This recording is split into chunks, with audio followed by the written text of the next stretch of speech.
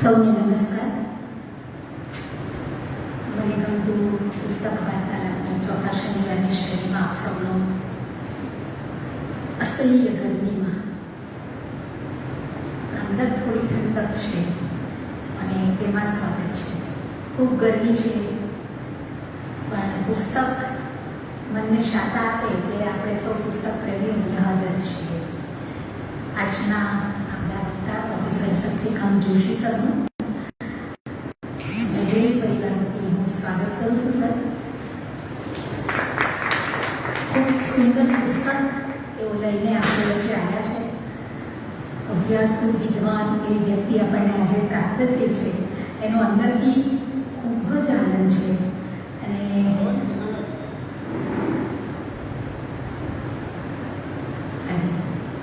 અને એ આનંદ પીવડાવવા માટે આપ સૌને પણ એમને હું પરિચય કરાવું તો એ આનંદ આપનો સૌનો પીવડાશે જ, એમાં શંકા નથી. તો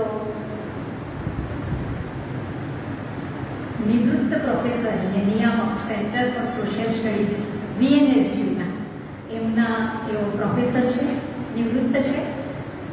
MSW એમનો અભ્યાસ Bombay Nirmala Niketan college of social work એમાંથી MSW કર્યું. VNSU સુરતમાંથી PhD કર્યું. અને વિષય બહુ આપણને થોડું અંદરથી આનંદ અને થ્રિલ થાય એવો દક્ષિણ ગુજરાતની ગાંધી વિચાર આધારિત સહકારી પ્રવૃત્તિઓનો અભ્યાસ એમના સંશોધનનો વિષય રહ્યો છે. 35 વર્ષથી સેન્ટર ફોર સોશિયલ સ્ટડીઝ ખાતે સમાજ વિજ્ઞાન સંશોધન સાથે એઓ જોડાયેલા રહ્યા છે. પુસ્તકો તો લખ્યા જ હોય, પુસ્તકોને લેખક પણ છે એવો. અને પુસ્તકો જે પ્રકાશિત થયા છે એ છે ગાંધી પ્રેરિત સ્વૈચ્છિક સંસ્થાઓ અને ગ્રામ વિકાસ, પછી પંચાયતી રાજ અને સામાજિક ન્યાય. એ બહુ નિસ્બત સાથેનું એમનું કામ છે અને લખાણ છે. આ ત્રીજું પુસ્તક છે આદિવાસીઓ અને તેમના જંગલ અધિકારો. એટલે જે કામ કરી રહ્યા છે તે જ રીતે તેમાં જ આગળ વધીને પુસ્તકો એ પ્રકાશિત થયા છે. અને આપણને ઉપકાર કર્યો છે એવું કહીએ તો જરાય ખોટું નથી. આ ઉપરાંત 100થી વધુ અંગ્રેજી તેમજ ગુજરાતીમાં એમના રિસર્ચ પેપર નેશનલ અને ઇન્ટરનેશનલ જર્નલમાં પ્રકાશિત થયા છે. અને વિભિન્ન સમાજ વિજ્ઞાન સંશોધનના વિષયોમાં 17થી વધુ સંશોધન પ્રોજેક્ટ એઓએ હાથ ધર્યા છે. 2004-05માં દિલ્હી સ્થિત અમન ચેરિટેબલ ટ્રસ્ટના સહયોગથી ગુજરાતની ગાંધી વિચાર આધારિત સંસ્થાઓનું ગુજરાતના સામાજિક આર્થિક વિકાસમાં પ્રદાન અંગે અભ્યાસ હાથ ધર્યો હતો. અને અત્યારે એઓ દક્ષિણ ગુજરાતની ગાંધી વિચાર આધારિત સ્વૈચ્છિક સંસ્થાઓ સાથે ઘનિષ્ઠ રીતે સંકળાયેલા છે. એટલે આજે આપ વર્ગીસ કુરિયનને લઈ આવ્યા છો. આંગળી આપેલી છે કે બીજી વાર પહોંચું અમે પકડી લઈએ એટલે બીજી વાર ગાંધી સાહિત્ય બી અમારી વચ્ચે આવશે જ એવી આશા કરી જ એમાં જરા બી ખોટું નથી. એટલે સાહેબ કાયમી આમંત્રણ પણ હું સાથે સાથે આપી દઉં છું. પણ એક અભ્યાસો તો ખરા, વિદ્વાન વાચક તો ખરા, પણ માણસ નિયમિત. એમનો મને પરિચય બેન સંધ્યાએ કરાવ્યો છે, સંધ્યાબેન ભટ્ટ બારડોલી. એટલે એમનો પણ આભાર માનું. આપ સૌને તો સ્વાગત કર્યું, ઓનલાઈન જે જોડાયા છે એમનું પણ સ્વાગત કરું. સંધ્યાબેન ઘણી વખત લાઈવ પણ જોવે, કોઈક વખત પાછળથી પણ જોડાયેલા હોય, પણ લાઇબ્રેરી સાથે સતત એમનો નાતો રહ્યો છે. તો સંધ્યાબેનને હું વારંવાર પૂછતી રહું કારણ કે એવું આવી રીતે ઘણું કામ કર્યું. મને બહુ વક્તાઓ માટે તમારે અમારે આંગળી પકડવી પડે એવી મને લિસ્ટ આપી દઈ. એમાંથી અમને આજે આપ પ્રાપ્ત થયા છો તો એ નિમિત્તને પણ અમે આભાર માનીએ. અને પહેલી વાર આગલા મહિને મેં કદાચ કર્યો હતો તો બેન જરા સાંજ સુધીમાં કોને મારો જરા સ્કેડ્યુલ જોયું અને તરત જ એમનો જવાબ આવે કે આ તારીખે તો મારી બુકિંગ છે, હું જરા અને નહીં. અને બીજા મહિને પૂછું તો તરત એમનો એક કમિટમેન્ટ જે મારી સાથે કરેલું કે હું આવીશ ચોક્કસ જ. અને એવો આજે આપણી વચ્ચે છે. તો સાહેબ ફરી પાછું સ્વાગત. અને ખૂબ સુંદર વર્ગીસ કુરિયનનું પુસ્તક છે. એના કામથી આપણે સૌ પરિચિત છે. સાહેબ વધારે પરિચિત કરાવશે આપણને. I too had a dream, મારું સ્વપ્ન. તો આદરણીય જયપ્રકાશભાઈ આપ આવો અને પુસ્તકથી પરિવાર વતી સાહેબનું સ્વાગત કરો.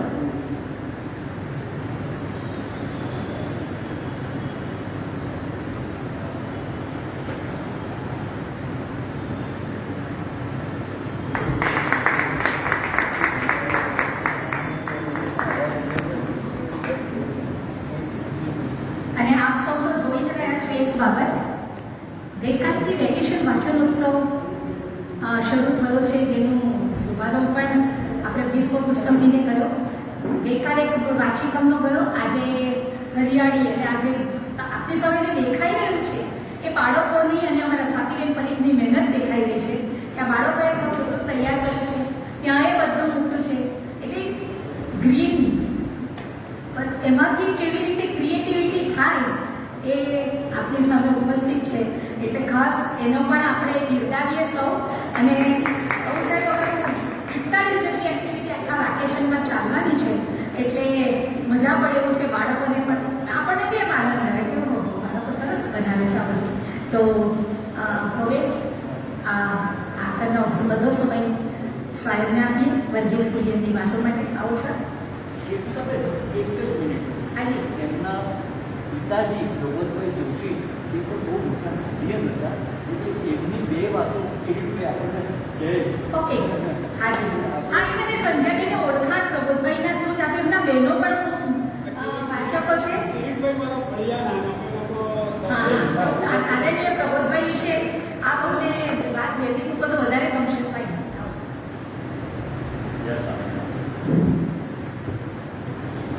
સત્યકામ આવ્યો એટલે વાંચ્યું માત્ર હું આવતો હોય તો મારા ઘરમાં અમારી સાથે ફ્રેન્ડ્સ અમારા પ્રબોધભાઈને યાદ કરવા પડે તો આ વખતે એ બી અમારી સાથે હતા.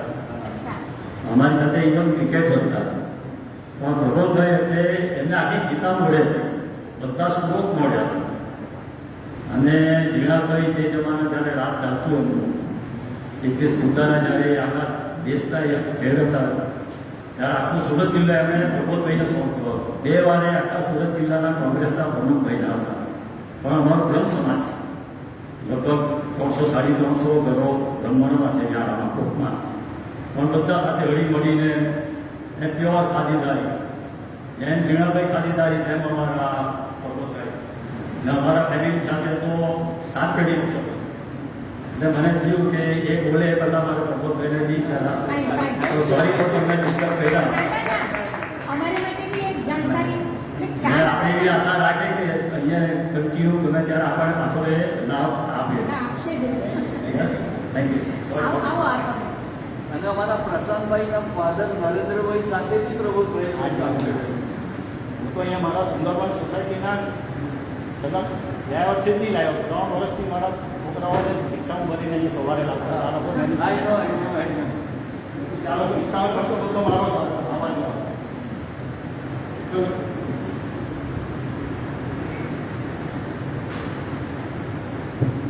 ખૂબ ખૂબ આભાર. નમસ્તે. આ પ્રસંગે સર્વપ્રથમ તો માનવભાઈને મારે ખાસ યાદ કરવા પડે, કારણ કે 2018માં મને યાદ છે અમે ઓલો યુનિવર્સિટીમાં સાથે હતા.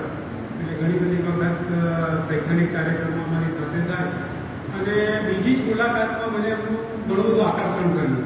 એટલે હું ત્યારે સેન્ટરનો ડાયરેક્ટર હતો, એટલે મેં એમને કીધું મારા સેન્ટર પર તમે આવો. એટલે સેન્ટર પર આવ્યા. અમારી પણ બહુ સોશિયલ સાયન્સની લાઇબ્રેરી છે, એટલે પહેલું સૌથી મારી ઓફિસ કરતાં પહેલાં એમ કીધું મારી લાઇબ્રેરી જોઈએ. એટલે એમનો જે લાઇબ્રેરી સાથેનો જે નાતો છે એને કારણે ત્યારે મને એમણે કીધું કે તમે આવો. અને પછી વચ્ચે કોરોના આવ્યો, અને પછી સડનલી એમના નિધનના સમાચાર સાંભળ્યા. એટલે બહુ જ એમને યાદ કરવાની બહુ સારી આ તક છે કે એમને સારી અંજલિ રહેશે. હું અહીંયા આવ્યો, એમના નથી પણ છતાં પણ એવું લાગે છે કે અહીંયા હાજર છે. કીર્તિદાબેન, પ્રમુખ શ્રી પ્રશાંતભાઈ, આદરણીય કિશોરભાઈ અમારા આવ્યા છે, મારા કલીગ આવ્યા છે જયશ્રીબેન, અને અમારા કિરીટભાઈ તો ખરા જ ખરા. તમે મને એ બોલાવો, તમારો બધાનો ખૂબ ખૂબ આભાર. અને નોર્મલી આવા બધા પ્રસંગોની અંદર, કારણ કે અમે પણ વ્યારાની અંદર સંજય દોસ્તી કરતા હતા, એટલે મને ખબર છે કે 25નો આંકડો વટાવે એટલે એમ થાય કે બહુ સારી સંખ્યા છે. એટલે આ એક નોર્મલ આપણી એ છે, એટલે એમાં કંઈ બહુ ખાસ એના જેવું નથી. પણ જે લોકો આવ્યા છે તેવું માનીએ કે એ લોકો ખરેખર પુસ્તક પ્રેમી છે તો જ આવે. નહીં તો આટલી બધી અસહ્ય ગરમીમાં લોકો આવવાનું એટલું બધું ગમતું નથી હોતું. અને આજકાલ એટલું બધું જાતનું આવે છે કે આવી રીતે બધા લેક્ચરો સાંભળવા પણ બધાને ઘણાને અઘરું પડતું હોય છે. પણ પરિવાર સયાજીભાઈનું લાઇબ્રેરી અને નરેન્દ્રભાઈ, પછી મને ખબર પડી કે નરેન્દ્રભાઈ મારા ફાધર સાથે જૂના એ લોકો એક ટ્રસ્ટના એક ડિસેમ્બરની અંદર અમરનાથ યાત્રા લોકોએ સાથે કરી હતી. એટલે પ્રસાદભાઈ જોડે ઘણી વાર મારી વાત પણ આ થઈ છે. પ્રસાદભાઈ નથી એટલે ભણી નથી શકાય. એટલે આ એક જૂનો બધો સંબંધ એક ઊભો થયો છે, એટલે એનો પણ એક આનંદ છે. પુસ્તક આજનું મેં પસંદ કર્યું છે કે વર્ગીસ કુરિયનનું પુસ્તક છે મારું સ્વપ્ન. લખાયું હતું અંગ્રેજીમાં, આઈ ટુ હેડ એ ડ્રીમ. અને એમણે ગૌરી સાલવે કરીને મુંબઈના જર્નલિસ્ટ હતા. એમણે કીધું અને પછી ગૌરી સાલવે એને ગ્રંથસ્થ કર્યું. અને ત્યાર પછી ગુજરાતીમાં 2006માં સુધાબેન મહેતાએ એને ગુજરાતી અનુવાદ કર્યો. આ પુસ્તક એટલા માટે કદાચ ફરીવાર બીજી વાર મારું આ પુસ્તક વિશેનું વક્તવ્ય છે. પહેલું વક્તવ્ય 2025 જાન્યુઆરીમાં 2024ના એન્ડમાં અમારા સુરતની અંદર જીવન સાહિત્ય એક શ્રેણી ચાલતી ગોવિંદભાઈ ધોળકિયાની, એની અંદર મારે આ પુસ્તક વિશે વાત કરવાની હતી. એટલે ત્યારે પણ એ વાંચ્યું હતું અને ફરીવાર મારે એને પુનરાવર્તન કર્યું. અને સૌથી વધારે પીએચડી કરતો ત્યારે વર્ગીસ કુરિયનનું 2 કલાકનો ઇન્ટરવ્યૂ લીધો હતો. વર્ગીસ કુરિયન જોડે એક અલગ પ્રકારનો નાતો મારો રહ્યો છે. કારણ કે સહકારી પ્રવૃત્તિ વિશે જ્યારે આપવું હતું ત્યારે બહુ જ મહેનતથી એકાદ મહિના પછી અમે ઇન્ટરવ્યૂ આપવાનું નક્કી કર્યું હતું. અને આણંદની અંદર એમના ઘરે જઈને 2 કલાકનું ઇન્ટરવ્યૂ લીધું. એટલે બહુ મને ત્યારથી એમનું આકર્ષણ અને પુસ્તક વાંચ્યા પછી તો ઘણું જ એવું લાગ્યું કે આના વિશે. અને જે લોકો ગુજરાત મિત્ર વાંચતા હશે તમને ખબર હશે કે 2006માં શશિકાંત સર માણસનો એક સિટીઝ કોલમ ચલાવતા. એમણે 12 એપિસોડ આ પુસ્તક પર એમણે લખ્યા હતા. અને નાનકડી પુસ્તિકા રૂપે પણ એ પછી બહાર આવ્યું. એટલે વર્ગીસ કુરિયન તો એટલા માટે બધા આપણે જાણીએ છીએ કે આપણે બધા એનો ભાગ છે. કારણ કે રોજ સવારે જે દૂધ પીએ છે વર્ગીસ કુરિયનને કારણે પીએ છે. નહીં તો આપણે એટલે ગુજરાતનો કોઈ પણ એવો નાગરિક નહીં હોય કે આની સાથે નહીં જોડાયેલો હોય. એટલે એ બહુ મહત્વનું છે. એટલે આજે આપણે વાત કરી રહ્યા છે કે આત્મકથાનું કેન્દ્રબિંદુ શ્વેત ક્રાંતિ છે. અને એટલે આ શ્વેત ક્રાંતિને કારણે ગુજરાતનો કોઈ લાભાન્વિત થયું તો શ્વેત ક્રાંતિનું મોટું એનું આજે આપણો જે વિકાસ થયો ગુજરાતનો એમાં શ્વેત ક્રાંતિનો મોટો ભાગ છે. એટલે આપણે બધા એના લાભાન્વિત થયા છે. અને આજે જે કંઈ ગુજરાત રળિયાત છે એનું મોટો શ્રેય કુરિયનને આપવો પડે એમાં બેઝીઝક કોઈ સવાલ નથી. અને આ શ્વેત ક્રાંતિનો હીરો અને આપણો ગુજવાળ એટલે વર્ગીસ કુરિયન. આ આત્મકથાનો સમયગાળો 1949થી 2005નું છે. એટલે અહીંયા જે બધા આપણે બેઠા છે એ બધા જ કોઈક કોઈક રીતે સમયગાળાના આપણે સાક્ષી છીએ. અને આ આત્મકથામાં વર્ગીસ કુરિયને પોતાના અંગત જીવનની તો વાત કરી જ છે, પણ આખી શ્વેત ક્રાંતિ કઈ રીતે ઊભી થઈ તેનું જીવન કર્યું અને આલેખન કર્યું છે. એટલે અત્યારે જે બધું ચાલે છે તેની અંદર ગુજરાતનો ઇતિહાસને જરાક સમજવાને ગુજરાત કેવી રીતે ઊભું થયું અને કયા કયા લોકોએ આ વિકાસની અંદર ફાળો આપ્યો તેના પર બહુ સરસ વિવરણ છે. એટલે આ ગુજરાતના ઇતિહાસ માટે પણ ઐતિહાસિક દસ્તાવેજ રીતે પણ આ બહુ જ મોટી વાત છે. અને એટલા માટે આ રિસર્ચ છણાવટ કરવામાં આવી છે કે આ એક એવું વિકાસ મોડેલ શ્વેત ક્રાંતિનું વર્ગીસ કુરિયનનું કે જેના પાયામાં દેશનું આજનો આદમી છે. એ બહુ મહત્વનું આખી વાત એની કેન્દ્રબિંદુ જે પુસ્તકનું છે એ ગુજરાતનો ખેડૂત, ગુજરાતનો ખેડૂત અને ગુજરાતનો આમ આદમી એ જે છે એ કેન્દ્રબિંદુ છે. એટલા માટે બહુ મહત્વનું છે. પછી એટલા માટે અગત્યનું પુસ્તક મને લાગે છે કે આઝાદીના 5.5 દાયકા એટલે 1950થી 2005 સુધીમાં જે કંઈ રાજકીય પક્ષો સત્તામાં આવ્યા તે રાજકીય પક્ષોની રાજકીય ઈચ્છા શક્તિ કેટલી આ વિકાસ મોડેલ તરફ હતી તેનું પણ એક આની અંદર સરસ દસ્તાવેજીકરણ છે. એટલે એ પણ આપણને ખબર પડે કે એ જમાનાના રાજકીય લોકોની કેવી પ્રકારની રાજકીય ઈચ્છા શક્તિ હતી એ પણ આ પુસ્તકનું સરસ રીતે આલેખન કરે છે.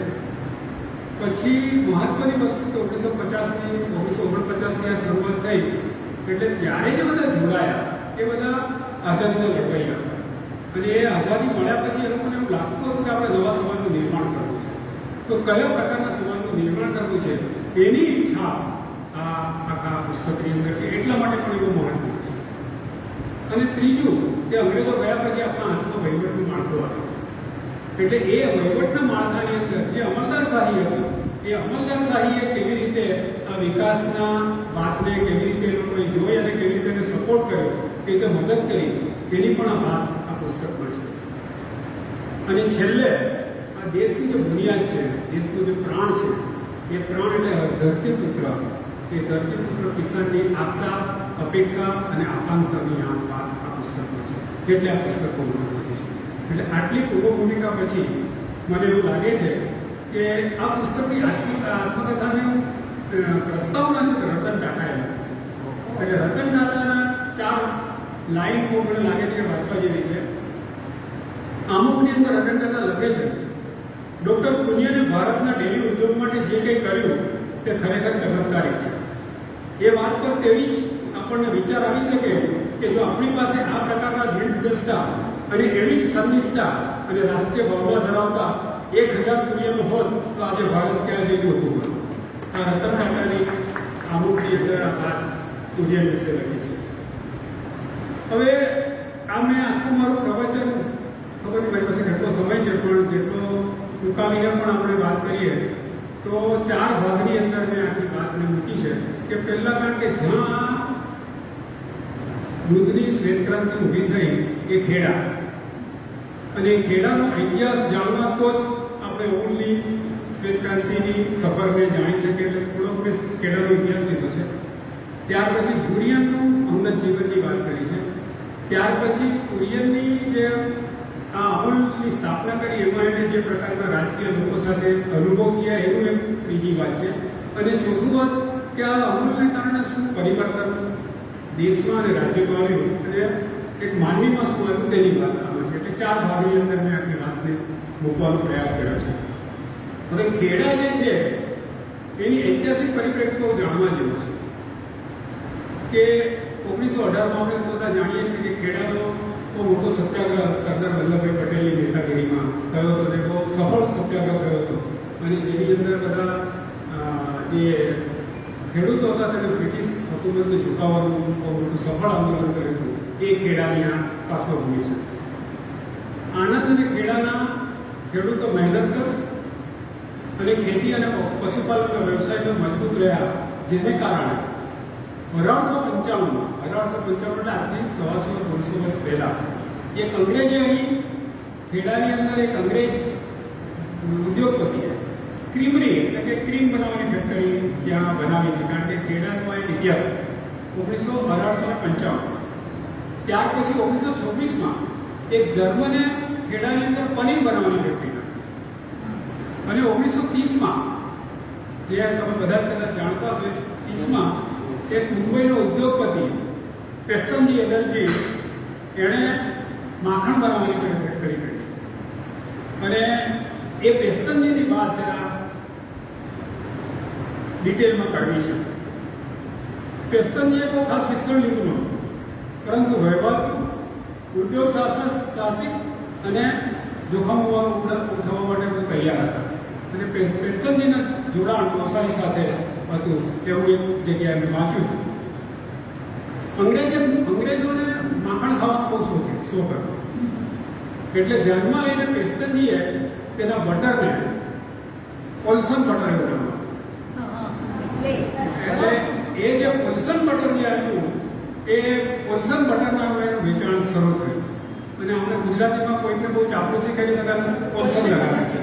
એટલે પોલ્સન બટર જે છે તે આપણી પેઢી જે વચ્ચેની જે પેઢી છે 1980 પહેલાંની, એને પોલ્સન કદાચ અત્યારની પેઢીને બહુ આઈડિયા નહીં હોય, પણ આપણે ખબર છે કે પોલ્સન એટલે શું એમ. એટલે પોલ્સન બટર એટલું બધું જાણીતું હતું, જેના પાયામાં પેસ્તનજી પારસી સદગ્રસ્ત હતા. અને પોલ્સન બટરની માર્કેટિંગ એટલું બધું જબરજસ્ત આ માણસે કર્યું હતું કે એટલું બધું લોકપ્રિય થઈ ગયું કે એની માંગ ઉત્તરોત્તર વધવા માંડી. અને પેસ્તનજી જે છે એ પોલ્સનની અંદર એક પ્રકારનું, હજી પણ બટરની અંદર તમે એક પ્રકારનું મીઠું નાખે, ખારાશ આવે છે. એ ખારાશની જે આખી જે આઈડિયા હતી એ પેસ્તનજીની હતી. અને અંગ્રેજોને એ બહુ જ પસંદ હતું એનો સ્વાદ. અને એટલું બધું એનું વેચાણ વધવા માંડ્યું કે 42-43ની એટલે એટલું બધું એનું માંગ વધવા માંડી કે પેસ્તનજીના બટર સિવાય બીજું કંઈ વિકલ્પ જ નહીં હોય એવો. હવે આ જ આસામાં 42-43માં પેસ્તનજી તો બટર કરાવતા, પણ 42-43માં મુંબઈમાં એક એવો વિચિત્ર ઘટના બને છે. જે ઘટના એવી કે મુંબઈમાં જે અંગ્રેજ લોકો રહેતા હતા એ બીમારીનો ભોગ બનવા માંડ્યા, અને બીમારીનો ભોગ બનવા માંડ્યા એટલે અંગ્રેજ લોકોએ તપાસ કરી કે ભાઈ કેમ બીમાર બધા પડે છે. તો લોકોને લાગ્યું કે આજે દૂધ પીએ છે અંગ્રેજો, કે દૂધમાં કંઈક પ્રોબ્લેમ છે, એટલે દૂધને એ લોકોએ લેબોરેટરીમાં ટેસ્ટ કરવા મૂક્યો. હવે અંગ્રેજોને ભારતની લેબોરેટરીમાં બહુ વિશ્વાસ હતો, એટલે એમને લંડનની લેબોરેટરીમાં દૂધને ટેસ્ટ કરવા મૂક્યો. અને લંડનની લેબોરેટરીમાં જે રિપોર્ટ આવ્યો એ રિપોર્ટ 2 લાઈનનો હતો. એને રિપોર્ટમાં એવું લખાયું કે the milk of Bombay is more polluted than the gutter water of London. લંડનના ગટરના પાણી કરતાં પણ આ દૂધ મુંબઈનું વધારે પ્રદૂષિત છે, એવા પ્રકારનો રિપોર્ટ એ લોકો આવ્યો. એટલે એ લોકો બધા ચોંકી ગયા કે આ તો દૂધ પીવાય એવું. તો એ લોકોએ કીધું કે ક્યાંથી આ દૂધ મળી શકે. એટલે કોઈકે કીધું કે ભાઈ ખેડાની અંદર આ પેસ્તનજી નામનો માણસ જે બટર પેદા કરે છે, એટલે બટરનું જો તેની રો મટીરિયલ તો દૂધ છે, એટલે ત્યાં દૂધની રેલ નદી વધતી રહે છે. એટલે એ લોકોએ એવો વિચાર કર્યો કે પેસ્તનજીને આપણે કહીએ કે તમે દૂધ મુંબઈને પૂરું પાડો. હવે આણંદ અને મુંબઈનું વચ્ચેનું અંતર 400-500 કિલોમીટર, તો એ બહુ અઘરું એ જમાનામાં. પણ ઉદ્યોગ સાહસિક પેસ્તનજીએ પડકારને ઝીલ્યો અને એણે પહેલી વાર દૂધને પેસ્ચ્યુરાઇઝ એટલે જંતુમુક્ત કરવાનું કામ કર્યું. અને જંતુમુક્ત કર્યા પછી એ દૂધને કેનમાં ભર્યું, અને કેનની ઉપર એ જમાનાની અંદર બરફ અને ઉપર પેલી આપણે પેલા જે સણની કોથળા હોય તે કોથળા ઢાંકીને મુંબઈ ટ્રેનમાં મોકલ્યું. અને એવું જોયું કે 6 કલાક પછી પણ દૂધ એવું જેવું રહ્યું છે.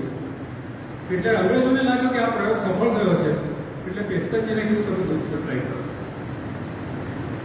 દૂધ સપ્લાય કરવાનું પેસ્તનજીએ કીધું, પણ એ બહુ જે દૂધ મુંબઈને સપ્લાય કરવાનું કહ્યું એ બહુ મોટું ચિહ્ન હતું જ્યાં સુધી આ શ્વેત ક્રાંતિની વાત છે ત્યાં સુધી.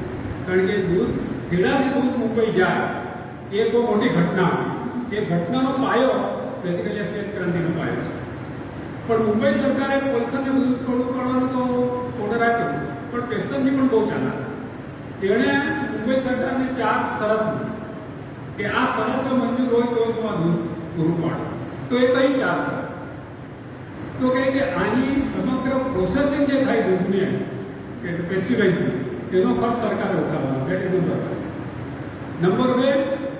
કોઈ પણ પેસ્ચ્યુરાઇઝ માટે જે બધા જુદા જુદા ટેકનિકલ સાધનો આપે એ સાધનો માટેની ગ્રાન્ટ સરકારે પૂરી પાડવાની. અને ત્રીજું સૌથી મહત્વનું કે ખેડા જિલ્લાના ગામોમાંથી દૂધ એકઠું કરવાનો એકાધિકાર કરવાનો પેસ્તનજીનો રહેશે, કે બીજું કોઈ દૂધ એકઠું નહીં કરી શકે સિવાય કે પલ્સર. એટલે એમણે એમ કીધું કે દૂધ નહીં કરી શકે, અને સરકારે પેસ્તનજીની માંગણીને સ્વીકારી લીધી. દિવસે દિવસેનો વેપાર વધતો ચાલ્યો. એટલે મુંબઈ સરકાર પણ ખુશ, પેસ્તનજી પણ ખુશ, દૂધની જે વચેટિયા જે દલાલ હતા એ પણ ખુશ. પણ સૌથી જો કોઈ દુઃખી હોય તો ખેડાનો ખેડૂત. એ એટલા માટે દુઃખી હતો કે આ વચેટિયા ખૂબ નીચી કિંમતે દૂધ લેતા અને ઊંચી કિંમતે દૂધ પેસ્તનજીને આપતા. હવે એમણે સરકારે કમિટમેન્ટ કર્યું કે ભાઈ બીજા કોઈ એકઠું નહીં કરી શકે, એટલે આ ખેડૂતોની પાસે બીજો કોઈ વિકલ્પ નહીં હતો, પણ એને જ આપવું પડે. એટલે પેસ્તનજીની મોનોપોલી એટલી બધી હતી કે એકાત્મતાને કારણે એ ખેડૂતોને જે પડતર કિંમત હતી તેના કરતાં ઓછી કિંમત મળતી હતી. એટલે ખેડૂતો બહુ દુઃખી હતા કે આટલું બધું અમે મહેનત કરીએ છીએ છતાં પણ અમને કંઈ મળતું નથી. અને બીજું કે દૂધ નાશવંત વસ્તુ છે, તેનો સંગ્રહ કરી નહીં શકે, એટલે એને તાત્કાલિક 12 કલાકની અંદર ડિસ્પોઝ કરવું પડે. એટલે આ બધા વસ્તુનો આ બધી જે આંટીઘૂંટીનો લાભ પારસી સદગૃહ બહુ વ્યવસ્થિત રીતે ઉઠાવ્યા કરતા. અને ખેડૂતોને એવું લાગે કે અમારું મોટું શોષણ થાય છે. હવે શોષણ થાય એટલે ખેડૂતો, કારણ કે ખેડાનો સત્યાગ્રહનો ઇતિહાસ 1918નો, એટલે આ લોકો બધા જાગૃત હો તો કોની પાસે જઈએ? એટલે ખેડૂતો બધા સરદાર પટેલ પાસે ગયા કે ભાઈ આ તો આવી રીતે થાય થાય છે અને 44-45નો સમય આઝાદીના 5 વર્ષ બાકી હતા. એટલે સરદારે સ્પષ્ટ શબ્દોમાં એવું કીધું સરદાર સાહેબે કે તમારી સામુદાયિક સહકારી મંડળી ન બને ત્યાં સુધી શોષણ બંધ આવશે. એટલે તમે સહકારી મંડળી બનાવો. સહકારી મંડળી જો ત્યાં સુધી દૂધ નહીં આપે ને દૂધ તમે જમા નહીં કરો ત્યાં સુધી થાય નહીં. અને એમને એમ કીધું કે જ્યાં સુધી ડેરીનું સંચાલન તમારા હાથમાં ન આવે ત્યાં સુધી આ શક્ય નથી. એને માટે તમારે સંગઠિત કરવું પડે. કારણ કે સરદાર સત્યાગ્રહમાં પણ સંગઠન, ગાંધીની આખી વાત હતી સંગઠનની. એટલે સંગઠિત થાવ તો કોને? તો એ આપણા જ વિસ્તારમાં જે અગ્રગણ્ય હતા મોરારજી દેસાઈને સોંપી. મોરારજી દેસાઈ સરદાર સાહેબ નજીકના હતા અને મોરારજીભાઈને કીધું કે તમે આ સંગઠન કરો અને કંઈક વિચારો. એટલે મોરારજી દેસાઈએ એક ખેડૂતની સભા કરી અને સભા કરી ત્યારે એમણે કીધું કે પ્રમુખ થવા માટે કોઈ સ્વેચ્છા તૈયાર થાવ. તો કોઈએ વિચારણાને તૈયારી બતાવી પણ સરદાર એટલા વિચક્ષણ તો એમણે ખૂણામાં એક ભાઈ બેઠા હતા. એમણે કીધું કે તમારે આ બનવાનું છે. એ ભાઈનું નામ, એ કાકાનું નામ, એ સ્વાતંત્ર્ય સૈનિકનું નામ ત્રિભુવનદાસ પટેલ. આ ત્રિભુવનદાસ પટેલ જેણે 4 વાર જેલમાં જઈને આવ્યા અને ત્રિભુવનદાસ પટેલ ખેડા જિલ્લા કોંગ્રેસના બહુ મોટા અગ્રણી કાર્યકર્તા. અને એમની ત્રિભુવનદાસ પટેલ તો આપણે અંગત વાત કરું તો મારા ફાધર સુરત જિલ્લા હરિજન સેવા સંઘના પ્રમુખ હતા અને ત્રિભુવનદાસ કાકા ગુજરાત રાજ્ય હરિજન સેવા સંઘના પ્રમુખ હતા. એટલે મારે કાકાને ધોરણમાં અવસર થયો એટલે મેં કાકાને નજીકથી જોયા છે અને એમની સાથે ઘણી બધી વાટાઘાટો કરી છે. તો મને એટલા બધા નકશી પ્રમાણિક, એટલા બધા સાદા સૌમ્ય અને છતાં પણ એમનું જે ફાઇટિંગ સ્પિરિટ હતો કે લડવૈયા આઝાદીનું કંઈક કરવું છે. એટલે એમને સરદાર સાહેબે બહુ સરસ પસંદગી કરી કે ત્રિભુવનદાસ પટેલને શોધવું જોઈએ. અને ત્રિભુવનદાસ પટેલે મહેનત કરીને શરૂઆતમાં 2 સહકારી મંડળી ખેડામાં બનાવી અને મુંબઈ સરકારને વિનંતી કરી કે પોલ્સનને બદલે ખેડા સહકારી મંડળી પાસે તમે દૂધ ખરીદો. પરંતુ મુંબઈ સરકારે કરાર ના પાડી કારણ કે પોલ્સનની સાથે કરાર કર્યો. એટલે ત્રિભુવનદાસ પટેલ ફરી પાછા સરદાર પાસે ગયા કે શું કરવું? તો સરદારને આમ તો ભોગવવો પડે, બલિદાન આપવું પડે. આમને આમ કંઈ વાત નહીં થાય. તો કે શું બલિદાન? તો તમે હડતાલ પાડો. એટલે ખેડૂતોએ હડતાલ પાડી. તમે વિચાર કરો એ જમાનાનો ખેડૂત હડતાલ પાડી 20 દિવસ હડતાલ ચાલી. એ લોકોએ દૂધ રોડ પર ઢોળી દીધું પણ એ લોકોએ મચકણી આપી. મચકણી આપી એટલે મુંબઈથી એના 2 કમિશનરો આવ્યા અને એ લોકોએ નક્કી કર્યું કે જો ખેડૂતો દુનિયા તો પોલ્સન એવું જાત જાતના પછી વાત કરીશું તમને કે કેવા જાત જાતના પેતરાઓ રચ્યા પણ પેતરાઓ એના કામયાબ નહીં ગયા અને મુંબઈ સરકારે ઝૂકવું પડ્યું અને એવું નક્કી કર્યું કે સારું તમારી પાસે દૂધ લઈશું. એટલે આ એક બહુ મોટી જીત હતી ખેડાના ખેડૂતોની, સરદાર પટેલની, મોરારજી દેસાઈ અને ત્રિભુવનદાસ પટેલની. એટલે એ જે આખી વાત જે છે કે એ જમાનાની જે નેતાગીરી હતી એ નેતાગીરીનું જે લોકોનું જે પીડા હતી, લોકોની જે શોષણ હતું, લોકોની સામેની જે અવાજ હતો એને આત્મસાત કરીને એને પાછા આપવાની જે વાત હતી એ કદાચ આજના નેતામાં આપણે જોઈ નથી શકતા.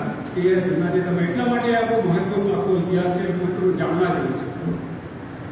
સદભાગ્યે આ જે બનીને 1.5 વર્ષમાં આપણે આઝાદી આવે એટલે અંગ્રેજ સરકાર જતી રહી. અંગ્રેજ સરકાર ગયા પછી એ જે બધી પોલ્સનની જે બધી જૂની ડેરી હતી, જૂની મશીનરી હતી એ સહકારી મંડળી ત્રિભુવનદાસ પટેલે એ મશીનરીની આખું મકાન જે છે તે ત્રિભુવનદાસ સરકારને કીધું સરદારને કે હવે તો આમાં આપણું રાજ આવ્યું, હવે તો તમે અમને કંઈ મદદ કરો. એટલે જે પોલ્સનની જે ડેરી હતી એ ડેરીનું હસ્તાંતરણ ખેડાની ડેરી સાથે થયું અને આ રીતે એ લોકોએ શરૂઆત કરી. એટલે જે જૂની પુરાણી ડેરીની મશીનરી હતી તેને બદલે એકવાર તો લઈ તો લીધું પણ પછી શું તો કે એને વારે એ જૂની મશીનરી તેને રિપેર કરવાનું અને રિપેર કરવાનું કામ કોણે કરવાનું? તો એ જ્યારે રિપેરિંગનું કામ હતું ત્યારે આપણી આત્મકથાનો હીરો કુરિયન પછી અંદર એન્ટર થાય છે. અને એ કુરિયન જે એન્ટર થયો એ કુરિયનનું મુખ્ય કામ 1949માં આ ડેરીના મશીનરીને રિપેર કરવાનું હતું. એટલે કુરિયન 1949માં એન્ટર થાય છે. હવે કુરિયન કોણ હતું? 26મી નવેમ્બર 1931માં કાલિકટના કેરેલામાં એમનો જન્મ. પિતા સર્જન, માતા હતી મેઘાવી. ખૂબ જ નાની ઉંમરે મદ્રાસની અંદરથી લોહિલા કોલેજમાં વિજ્ઞાનના સ્નાતક થયા. સ્નાતક થયા ત્યારે એમની એજ નાની, એટલે એમ કીધું કે તમને આગળ અભ્યાસ માટે નહીં થાય, કારણ કે તમે બહુ નાના છે. એટલે એટલું બધું તેજસ્વી મેઘાવી બુદ્ધિબળ પૂર્યા. એટલે એમણે બીએસસી કર્યા પછી પાછું એન્જિનિયરિંગ કર્યું. અને એન્જિનિયરિંગ કરીને મદ્રાસની જાણીતી એન્જિનિયરિંગ કોલેજમાંથી મેકેનિકલ એન્જિનિયર બન્યા. કોલેજના વર્ષોમાં રમતગમતમાં ખૂબ જ અગ્રસર. બેડમિન્ટન, ટેનિસ, કેરમ એ બધું બહુ ચેમ્પિયન રહ્યા.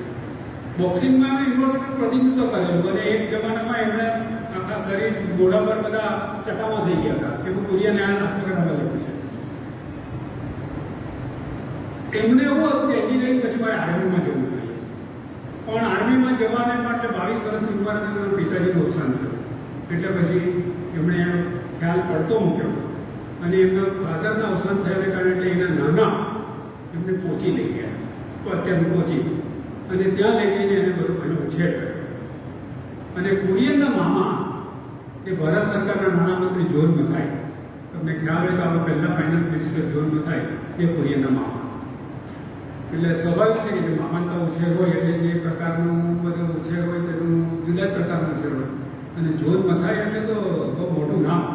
એની જે મેઘાવી તેજસ્વીતા હતી, એમના જે ઇકોનોમિક્સના પુસ્તકોમાં બીજી કરતાં વાંચતા ત્યારે એમ થાય કે કેવી રીતે આ બધું એમણે લખ્યું છે. હવે એન્જિનિયર બનીને Kurian Tata iron and steel કંપનીના એપ્રેન્ટિસ તરીકે જોડાયા. હવે જોડાયા તો ખરા, પણ ટિસ્કો એટલે એનું ટિસ્કો કે એના ડાયરેક્ટર જહાંગીર ગાંધી એ ખૂબ કડક હતા. અને ગાંધીના ઉપરી જોરમાં થાય, કારણ કે ટિસ્કો પબ્લિક સેક્ટર હતું એટલે નાણાં મંત્રાલયની અંડરમાં હતું. એટલે જોન મથાઈએ કીધું કે આ કુરિયનના કંઈક એપ્રેન્ટિસ કરવા માગે છે, તમને જો યોગ્ય લાગે તો એને લેજો. એટલે જહાંગીર ગાંધીએ એમને એપ્રેન્ટિસ તરીકે લીધા.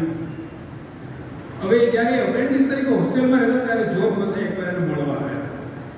હવે તો લાલ ગાડી સાયરન વાગે એટલે બધા હોસ્ટેલના લોકોએ કીધું કે આ તો કુરિયનને તો બહુ મોટું પ્રમોશન મળી ગયું, અને કુરિયનને તો લાલચ છે, હવે તો બહુ વાંધો નથી, કારણ કે એના મામા તો આ મોટા માણસ છે.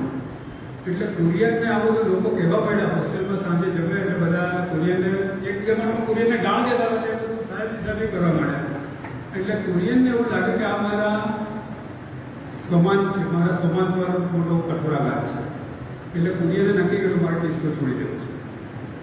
એટલે કુરિયને વાત કરી એના મામાને કે મારે એ નથી, કારણ કે હું મારો આત્મા બહુ ઉગળાય છે. એટલે એમ કીધું કે તું નહીં જા, તું નહીં છોડ, કારણ કે આમાં તારી ઘણી બધી શક્યતા છે તારી કેરિયર માટે.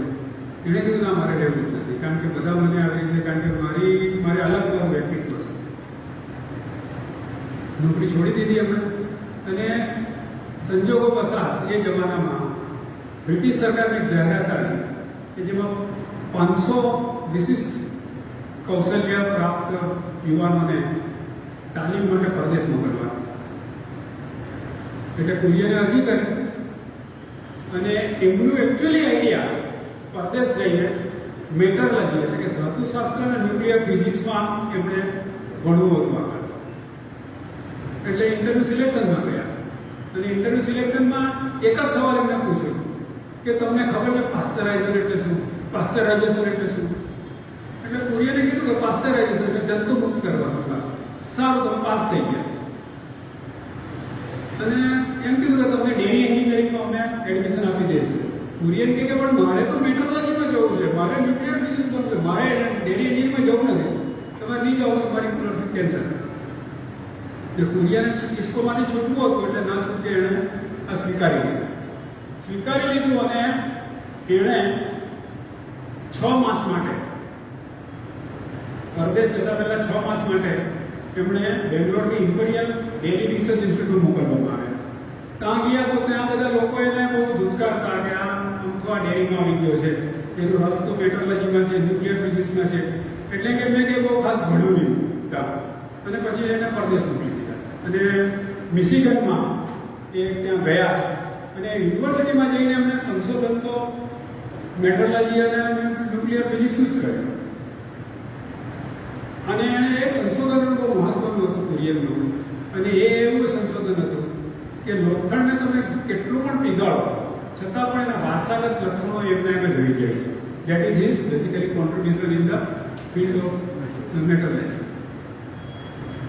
પછી ત્યાં પરદેશમાં પણ એની બધી ઘણી વાતો છે કે એમને કાળા ધોળાનો ભેદ કરવું પડ્યું, આ થયું તે થયું, મારામારી થઈ, એટલે બધું કર્યું. પછી એની સ્કોલરશીપ પૂરી એટલે ભારત આવ્યા. ભારત આવ્યા એટલે એમની સ્કોલરશીપ તો ડેરી એન્જિનિયરિંગની હતી. એટલે સરકારે કીધું કે તમે જઈને આણંદ જઈને બટરની ફેક્ટરીમાં કામે લાગી જાઓ. એટલે કુરિયન કહે કે યાર મારું તો ભણવાનું આવું છે ને, ડેરીમાં જઈને કરાશું. અને ત્યારે એને કલકત્તાની યુનિયન કાર્બાઇડમાં 1000 નોકરી મળતી હતી, જ્યારે ડેરીમાં 600 ની હતી. તો પહેલાં કીધું હું એ જાઉં છું. પેલો કહે કે તો પછી તમે બધા સ્કોલરશીપમાં 28,000 પાછા મને આપી દો. એટલે પછી કુરિયન પાસે બીજો કોઈ રસ્તો નહીં હતો, પણ એમણે આણંદ આવીને સ્વીકાર્યું. એટલે 13મી મે 1949ના દિને કુરિયન આણંદના સ્ટેશન પર ઉતરે છે. 13મી મેને શુક્રવાર, પાછો આસુ કન્યાળ. એટલે બધા જે માણસ લેવા આવેલો સ્ટેશન પર એને કીધું કે આજે તમે નોકરી નહીં ચડતા, કારણ કે આજે શુક્રવાર છે. તો કુરિયન કહે હું તો એવું માનતો નથી, હું તો આજે જ ચડી જવાનું નોકરી પર. અને શુક્રવાર 13મી મે 1949ના દિવસે એ નોકરી પર ચડી ગઈ છે. તે જમાનામાં આણંદની વસ્તી 10,000,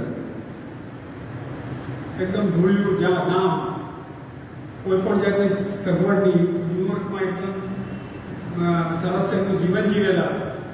અને કુરિયનને જૂનું ગેરેજમાં કીધું કે આ ગેરેજમાં તમારે રહેવાનું. ની બારી, ની બારણાના ઠેકાણા, ની સાફ સફાઈના ઠેકાણા, એ પણ એનું. કુરિયન તો એન્જિનિયર એટલે એણે બધું સાફ સફાઈ કરીને બધું વ્યવસ્થિત કર્યું. અને રસોડાની સુવિધા, નાનું રસોડું બનાવીને એને એનું જીવન શરૂ કર્યું. અને સરકારી ડેરીમાં એટલે બધા સરકાર પ્રમાણે કામ કરે, એટલે બધા કામચોરો, ભ્રષ્ટાચારી. એટલે કુરિયન બહુ અપણાયા કરે કે આ કામ મને આવી પડ્યો, ને આ તો બધું તદ્દન જ કામ મસીગરમાં તો કેટલું સરસ હતું બધું, ને અહીંયા તો મારો પિસ્કો માટનું સારું હતું, મને કાર્પેટમાં મળતે તો ઓફિસર હતો. પછી 8 મહિના થયા પછી કુરિયનને લાગ્યું કે મારે અહીંથી જવું છે. એટલે એણે વારંવાર સરકારને લખ્યું કે મને રાજીનામું મારું મંજૂર કરતા, મારે અહીંયા નથી રહેવું. હવે આ વખતે બહુ મહત્વની વાત હતી કે કુરિયન જ્યારે અહીંયા આવ્યા, ઇન્ડિયા આવ્યા, ત્યારે એને આણંદમાં મોકલ્યા બટર ફેક્ટરીમાં. પણ એને પાછળથી ખબર પડી કે એનું સિલેક્શન તો ઇમ્પિરિયલ રિસર્ચ ઇન્સ્ટિટ્યૂટના ઓફિસર તરીકે હતું. પણ બધા સરકારી અમલદારો, એટલે મેં તમને વાત કરી કે તે અમલદારો કેવી રીતે આટલું બધું કામ કરતા હતા, અમલદારે તીકડમબાજી કરીને આણંદ મોકલી. પછી એમને ખબર પડી કે આ તો મારા પર બહુ મોટો આ લોકોએ બદમાશી કરી. અને આ આશામાં 8-9 મહિના રહ્યા ત્યારે વારે વારે પેલા ત્રિભુવનદાસ પટેલની ફેક્ટરીમાં જઈને મશીન રિપેર કર્યા. મશીન રિપેર કર્યા હતા. ત્રિભુવનદાસે કીધું કે આ મશીન તમે રિપેર તો કરો છો, તો તમે એટલે કુરિયને સલાહ આપી કે આટલી બધી વાર તમે રિપેર કરાવ્યું તો ભાઈ નવું મશીન લઈ લો. તો ત્રિભુવનદાસ કે નવું મશીન લેવું તો કેટલાની કિંમત આવે? 40,000. એ જમાનામાં 40,000 કાઢવા 1950માં એટલે કેટલું અઘરું કામ. એટલે ત્રિભુવનદાસ ગર્ભશ્રીમાં એમનો શાળા પર ખૂબ પૈસા લાગે. એટલે એમણે શાળાને એમણે કન્વિન્સ કર્યા એટલે શાળાએ 40,000. અને 40,000 એમણે કુરિયને કીધું કે તમે મુંબઈ જઈને એલએનટીમાં ઓર્ડર આપો, કે તમને જ બધી ખબર છે, અમને તો કંઈ ખબર નથી. એટલે કુરિયન રોકડા પૈસા લઈને મુંબઈ ગયા, એલએનટીની અંદર એ મશીનરીનો ઓર્ડર આપ્યો. અને પછી આવી ગયા આણંદ. અને આવે જેવા આવ્યા તેવાની વાતમાં લેટર અને સરકારે રાજીનામું મંજૂર કરી દીધું. એટલે એને તો બધા બેગ બિસ્તરા બાંધી દીધા. ત્રિભુવનદાસને ખબર પડી કે આ માણસ ચાલે. એટલે ત્રિભુવનદાસ ધોતી અને ટોપી, ખાલી ટોપી કરીને આવ્યા કે ભાઈ તું ક્યાં જવાનું યાર? તે આ મશીન મંગાવ્યું, તારે ઇન્સ્ટોલ કરવાનું છે, તો અમે કેવી રીતે 40,000 તો પાણીમાં જશે, તું 2 મહિના રહી જાય નહીં. એટલે કુરિયને બીજું સારું હોય કે તારી નોકરી છે, કે ના નોકરી નથી, હું શોધી લઈશ. તો કે જો શોધવાનું હોય તો અહીંયા ઓલરેડી નોકરી છે, તું 3 મહિના રોકાઈ જાય મારું મશીન ઇન્સ્ટોલ કરી. આ જે 3 મહિના ત્રિભુવનદાસ પટેલ જોડે રહ્યા. અને પછી કુરિયનને લાગ્યું કે આજ મારું સ્વપ્ન છે, સ્વપ્ન અહીંયા સાકાર થયેલું છે. અને એ રીતે કુરિયન આણંદની અંદર બેઠા ગયા. અને ત્યાં હવે આપણી આગળ વાત આવે છે. મારી પાસે 15-20 મિનિટ છે, પણ મારી પાસે ઘણું છે, પણ હું જરાક ટૂંકામ છું. હે? તો લો તમે. અચ્છા. અમારું કંઈ આમ થતું જ નથી જરા બી. હવે સવાલ આવે છે દેશમાં કેવી રીતે ડેરીની યાત્રા થઈ. કુરિયન આવી ગયા. આમાં ત્રિભુવનદાસે ગામે ગામ મંડળી ઊભી કરી અને ગામે ગામ મંડળી ઊભી કરી ખેડા દૂધ ઉત્પાદક સહકારી મંડળી બનાવી. પહેલી જેવી રીતે વલસાડ દૂધ ઉત્પાદક સમિતિ છે, સુરતનું સુમૂલ છે, સાબરકાંઠાનું સાબર ડેરી છે, મહેસાણાની દૂધધારા છે, એવી રીતે એમણે ખેડા દૂધ ઉત્પાદક સહકારી બનાવી. હવે દૂધ ઉત્પાદનનો વધારો થતાં દૂધનો પાવડર બી બનાવવાનું શરૂ કર્યો, જેમાં આપણે બેબી ફૂડ શરૂ કરવાની શરૂઆત થઈ. એટલે અમૂલના નામની બ્રાન્ડ જે બની, એ બ્રાન્ડનું નામ અમૂલ કેવી રીતે આવે? તો એટલે અમૂલ એટલે અમૂલ્ય, કિંમતી. અને આ એક ટેકનિશિયન હતો, એ ટેકનિશિયને એવું કીધું કે અમૂલ એટલે અમૂલ્ય, તો અમૂલનું AMUL આનંદ મિલ્ક યુનિયન લિમિટેડ, એમાંથી અમૂલ આવ્યું, આનંદ મિલ્ક યુનિયન લિમિટેડ, અમૂલ. એટલે આ લોકોને કીધું કે આ વાત બરાબર છે, એટલે એમણે અમૂલનું નામ સ્વીકાર્યું. અને આ જ ખેડા જિલ્લાની જેવી પેટર્ન જે હતી દૂધ ઉત્પાદનની, સમગ્ર દેશમાં અને સમગ્ર ગુજરાતની અંદર એ કરી. અને એને કારણે Gujarat cooperative milk marketing federation, Gujarat cooperative milk marketing ફેડરેશનનું અસ્તિત્વ આવ્યું અને કુરિયન એના પ્રમુખ બન્યા. આ અરસામાં પેસ્ટનજી એકવાર આણંદ આવ્યા અને એણે જોયું કે આ તો બહુ આગળ વધી ગયો. એટલે આ એક પારસી બાવાએ કુરિયનને કીધું કે અહીં જે કર્યું છે ને એને વાસ્તે ખુદાય તારું ભલું કરે. આવા એને આશીર્વાદ પેસ્ટનજીએ કુરિયનને આપ્યા. એટલે કુરિયન ગદગદ થઈ ગયા કે જે માણસ મારી સામે પડ્યો તો તે જ આજે એવું કે છે ખુદાય તારે વાસ્તે ભલું કરે. આ જ અરસામાં 1964માં વડાપ્રધાન આપણા લાલબહાદુર શાસ્ત્રી પશુધન ફેક્ટરીનું ઉદ્ઘાટન કરવા આવ્યા, એટલે કે ફોડર પશુઓને ખાવાનું માટે. તો એમણે કુરિયનને એવું કીધું કે તું સમગ્ર ભારતની અંદર આવી આનંદ પેટર્ન જેવી કેમ નહીં કરે? અને શાસ્ત્રીજીએ કીધું કે તું આવું કંઈક વાર આખા ભારતમાં આવું કર. અમને એવું લાગે કે આખું ભારત આનંદ થવું જોઈએ. અને શાસ્ત્રીજી 1964માં એ ફેક્ટરીનું ઉદ્ઘાટન કર્યું. અને ત્યારે એમણે આનંદ પેટર્નથી પ્રભાવિત થઈને આવા અનેક આનંદો દેશભરમાં ઊભા કરવાનું કુરિયનને સૂચન કર્યું. એ જ અરસામાં બહુ ઇન્ટરેસ્ટિંગ વાત છે, યુરોપિયન ઇકોનોમિક કોમ્યુનિટી, દૂધનું પાવડર એટલે EEC, યુએન છે ને તેની રીતે EEC હતી એ જમાનામાં. એ લોકો પાવડર બનાવતા દૂધનો, અને એટલો બધો પાવડર બનાવે એનો જથ્થો બહુ જ વધારે પડતો જથ્થો થયો. એ લોકોએ નક્કી કર્યું કે વિકસિત દેશો જે હોય એટલે પછાત દેશો એને આ પાવડર આપણે મફતમાં આપીએ. અને તમને ખ્યાલ હોય તો હું પ્રાઇવેટમાં ભણતો ત્યારે અમે લોકોએ પાવડર ખાતા અને ચોટી જતો હતા. ખબર ને તમને ખ્યાલ હોય તો એ આમ પેલા કાગળની કોથળીમાં આવતો, પીળા કલરનો હતો, અને એને ખાઈને તો દાંત ચોટી જતા. તો એ જે પાવડર હતો તે આ લોકો કહે કે અમે તમને પાવડર મફતમાં આપીએ કારણ તમારી પાસે પુષ્કળ સ્ટોક છે. હવે કુરિયનને જ્યારે કીધું કે ભાઈ આ પાવડર આપણે આવે છે ને તમે એને વેચો બધા, તો કુરિયને એમ કીધું કે આપણે આ પાવડર મફતમાં નથી આપતો. પાવડર આપણે મફતમાં લઈએ પણ ખેડૂતોને કે લોકોને એના અમુક કિંમતે આપીશું. અને એ કિંમત જો આપણે આપીશું તો આપણે એ જે પૈસા આવે એ પૈસામાંથી ખેડૂતોનું પશુ જે છે એનું પશુના જે બ્રીડ છે એને આપણે વ્યવસ્થિત કરીશું, એના ખાણ જે પ્રોડર છે એને આપણે પૈસા ખર્ચીશું, અને નવી ફેક્ટરીના જે બધા મશીનરી છે એમાં ઉપયોગ કરીશું. અને આ જે આપણી જે વાત છે that is called operation flood. એટલે જે આપણી જે શ્વેત ક્રાંતિની અંદર ઓપરેશન ફ્લડ જે વાત હતી કે દૂધનો રેલો, કે કેવી રીતે દૂધનો રેલો ઊભો થયો, કે કુરિયનની કોને હતી કે તમે જો આવી રીતે જો મફત આપશો ને તો ખેડૂત પાયમાલ થઈ જશે, પણ એને પૈસાની એની કિંમત જો સમજાશે તો ખેડૂત મજબૂત બનશે. અને આને કારણે એ પાવડર બજારની અંદર એ થયો, એને કારણે આપણે આત્મનિર્ભર બન્યા. એટલે આત્મનિર્ભરની અત્યારે વાત કરે છે, પણ આપણે 1900 એ પહેલાં પણ આત્મનિર્ભરતાના પ્રયોગો આપણા દેશમાં થયા હતા અને એની સફળ થયા.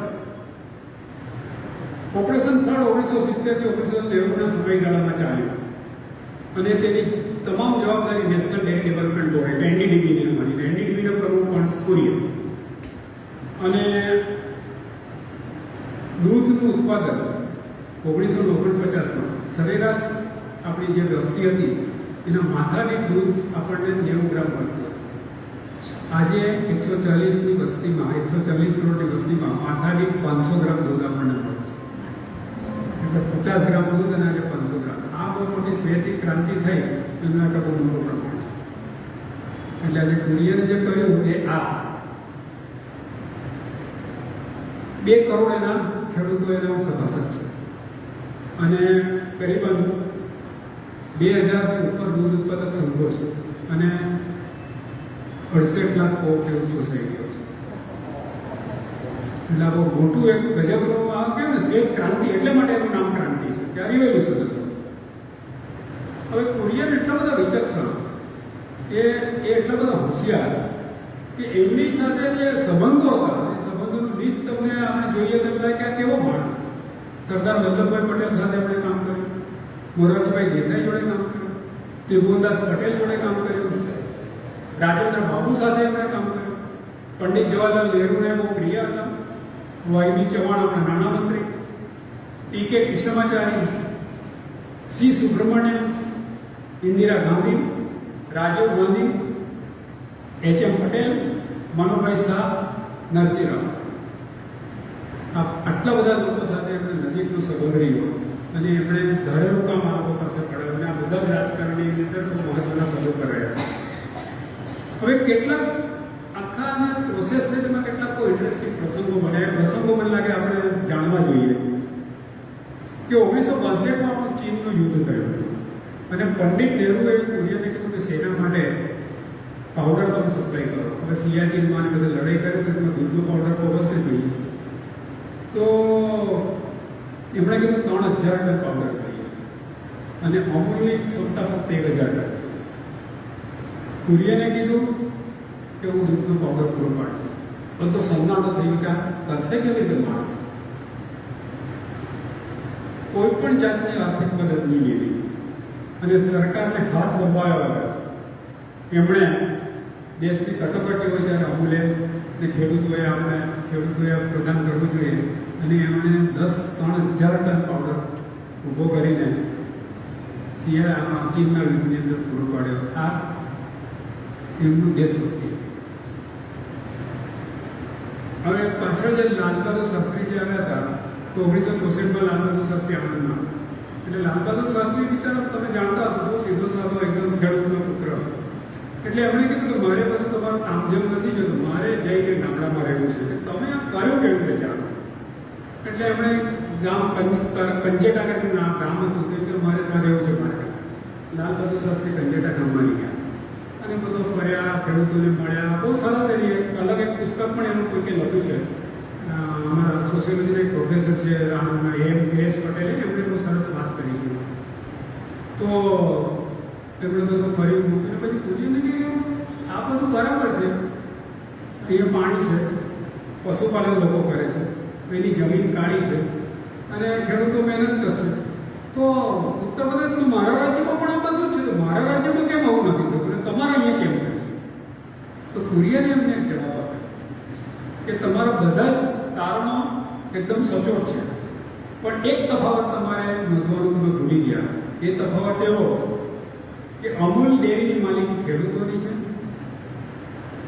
ચૂંટેલા પ્રતિનિધિ તેનું સંચાલન કરે છે અને આ બધા ખેડૂતોએ આ ચૂંટેલા પ્રતિનિધિઓ મને એક વ્યવસાયિક મેનેજર તરીકે નોકરી રાખ્યો છે, હું એમનો સેવક છું, એટલે આ કરી શકું છું.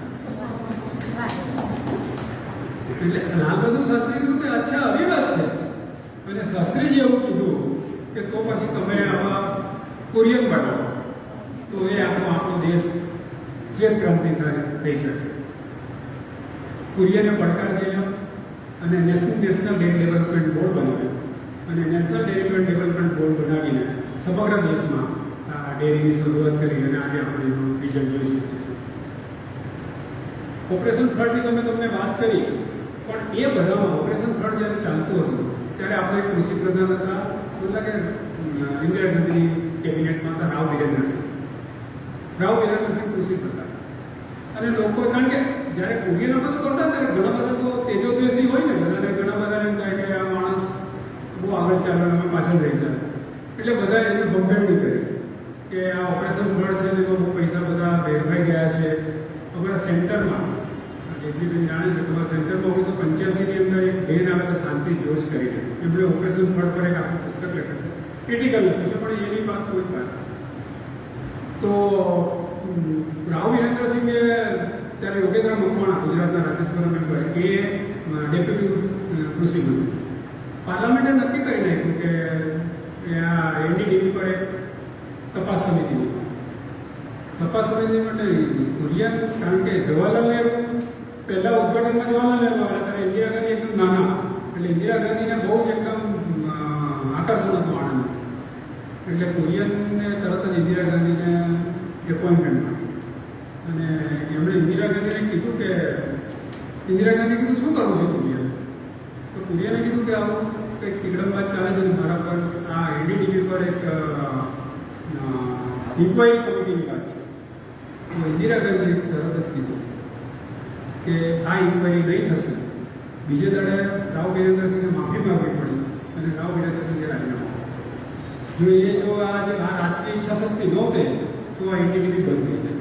એટલે આ જે મહત્વની વાત છે રાજકીય ઈચ્છા શક્તિની, બધા એ નેતાઓની, એ લોકોની દ્રષ્ટિ, એ લોકોની જે કમિટમેન્ટ હતું એ કમિટમેન્ટ બહુ મહત્વનું છે.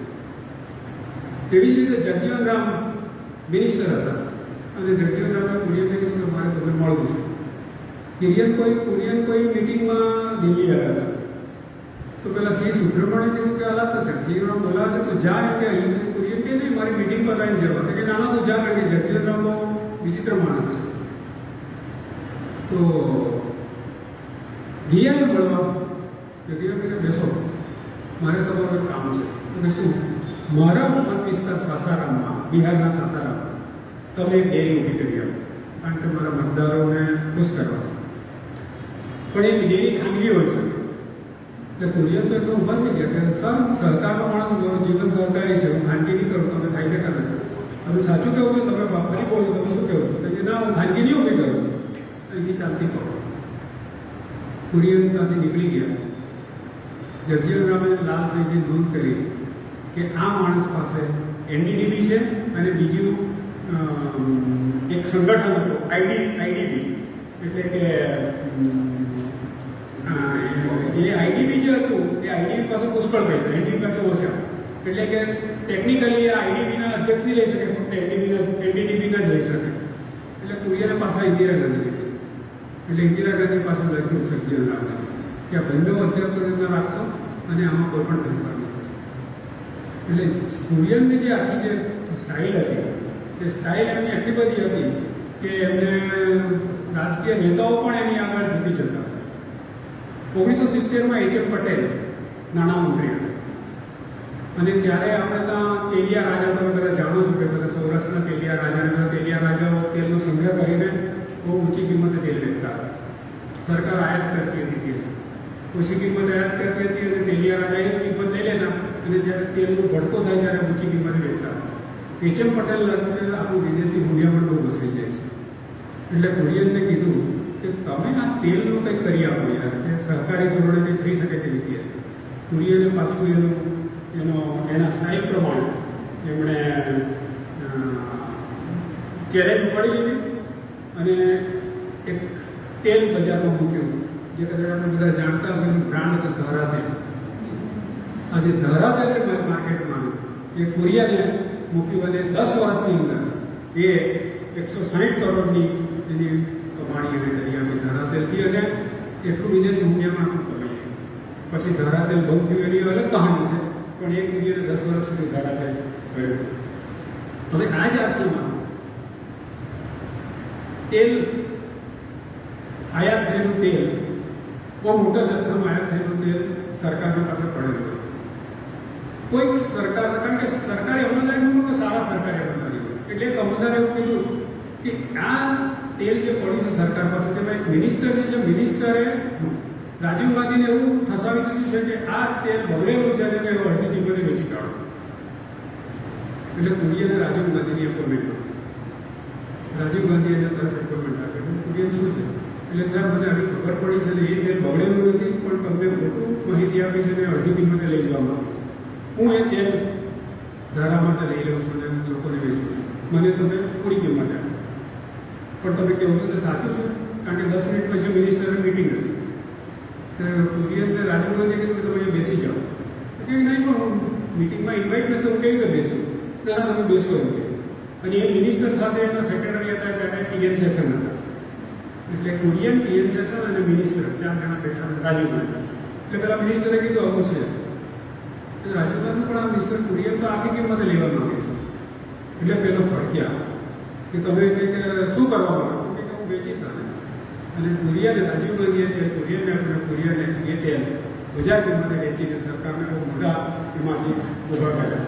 એટલે આ જે આખી જે વાત છે એટલા માટે બહુ ઇન્ટરેસ્ટિંગ છે. એવી રીતે સી સુબ્રમણ્યમ જ્યારે પ્રમુખ હતા ત્યારે એમણે કીધું કે દિલ્હીની અંદર દૂધની ભયાનક તંગી. લોકોએ લાઈનમાં ઉભું પડે ને એવું કે મિનિસ્ટરને દૂધ મળે લોકોને દૂધ નહીં મળતું તો એવી પ્રકારની હતી. એટલે એમણે કીધું કે આમાં શું કરી શકાય. કુરિયને આખો સર્વે કર્યો, 2 મહિનાના રહ્યા અને પછી એણે નક્કી કર્યું કે દૂધનું વેન્ડિંગ મશીન, દુનિયાની અંદર પહેલું દૂધનું વેન્ડિંગ મશીન દિલ્હીમાં બનાવ્યું. અને વેન્ડિંગ મશીનથી લોકો દૂધ લેતા અને એ રીતે દૂધને કંટ્રોલ કરીને લોકોને દૂધ પહોંચાડે. આ કુરિયનનું બહુ મહત્વનું હતું. એટલે એમણે જે વાત કરી કે કેવી રીતે વચેટિયાને દૂર થઈ શકે અને કેવી રીતે થાય. અને છેલ્લો હવે મારો જે વાત છે કે આ શું આ શ્વેત ક્રાંતિથી શું થયું. શ્વેત ક્રાંતિથી જે થયું તે આ એક કુરિયનની જે દ્રષ્ટિ હતી તે માર્કેટિંગની. કેવી રીતે માર્કેટિંગ કર્યું અને માર્કેટિંગ બહુ મહત્વનું હતું ત્યારે. અને એમણે કારણ કે ખાનગી કંપની સાથે જો તમારે લડાઈ કરવી હોય તો માર્કેટિંગ બહુ કરવું પડે. અને એ માર્કેટિંગ સ્ટ્રેટેજીમાં કુરિયનને એવું લાગ્યું કે આપણે મુંબઈની કોઈ એડવર્ટાઇઝિંગ એજન્સીને હાયર કરવી જોઈએ. અને એમણે મુંબઈની એડવર્ટાઇઝિંગ એન્ડ સેલ્સ પ્રમોશન નામની એસપી નામની કંપનીને જાહેરાત કરી. અને એમના એક પ્રમોટર ફર્નાન્ડીસ હતા. એમણે બહુ પુણેથી એક તોફાની ગલ બનાવી. અને તમે જાણતા હશો કે જે ફ્રોકવાળી જે ગલ છે એને કેપ્શન એક વોટરલી બટરલી અમુક. અને એ જાહેરાત એટલી બધી ચાલી કે આઈઆઈએમની અંદર, એમબીએની અંદર પણ એ કેસ સ્ટડી તરીકે આજે પણ ચાલે છે. સૌથી લાંબી ચાલનારી જાહેરાત છે. This is the power of marketing agency. Courier જ કરી શકે. અને અટરલી બટરલી અમુક જે હતું એ છોકરી જે હતી એ છોકરીએ જે ધમાકો બનાવી દીધો એને કારણે પ્રાઇવેટ કંપનીઓએ બહુ જ નાસીપાસ થઈ ગઈ કે આ માણસ નાટક. હવે કોઈ એવું કીધું કે આટલું બધું સારું ચાલે છે તો એનું આપણે ડોક્યુમેન્ટ કરવું જોઈએ. આ બધું ચાલે છે પણ ફિલ્મમાં ડોક્યુમેન્ટ કરવું. તો કેવી રીતે કરવું? તો વિજય તેંડુલકર જાણીતા સાહિત્યકાર છે. એમણે કથા કે એમણે ગામમાં આણંદમાં 2-3 મહિના રહ્યા અને એમણે એક સ્ટોરી લખી.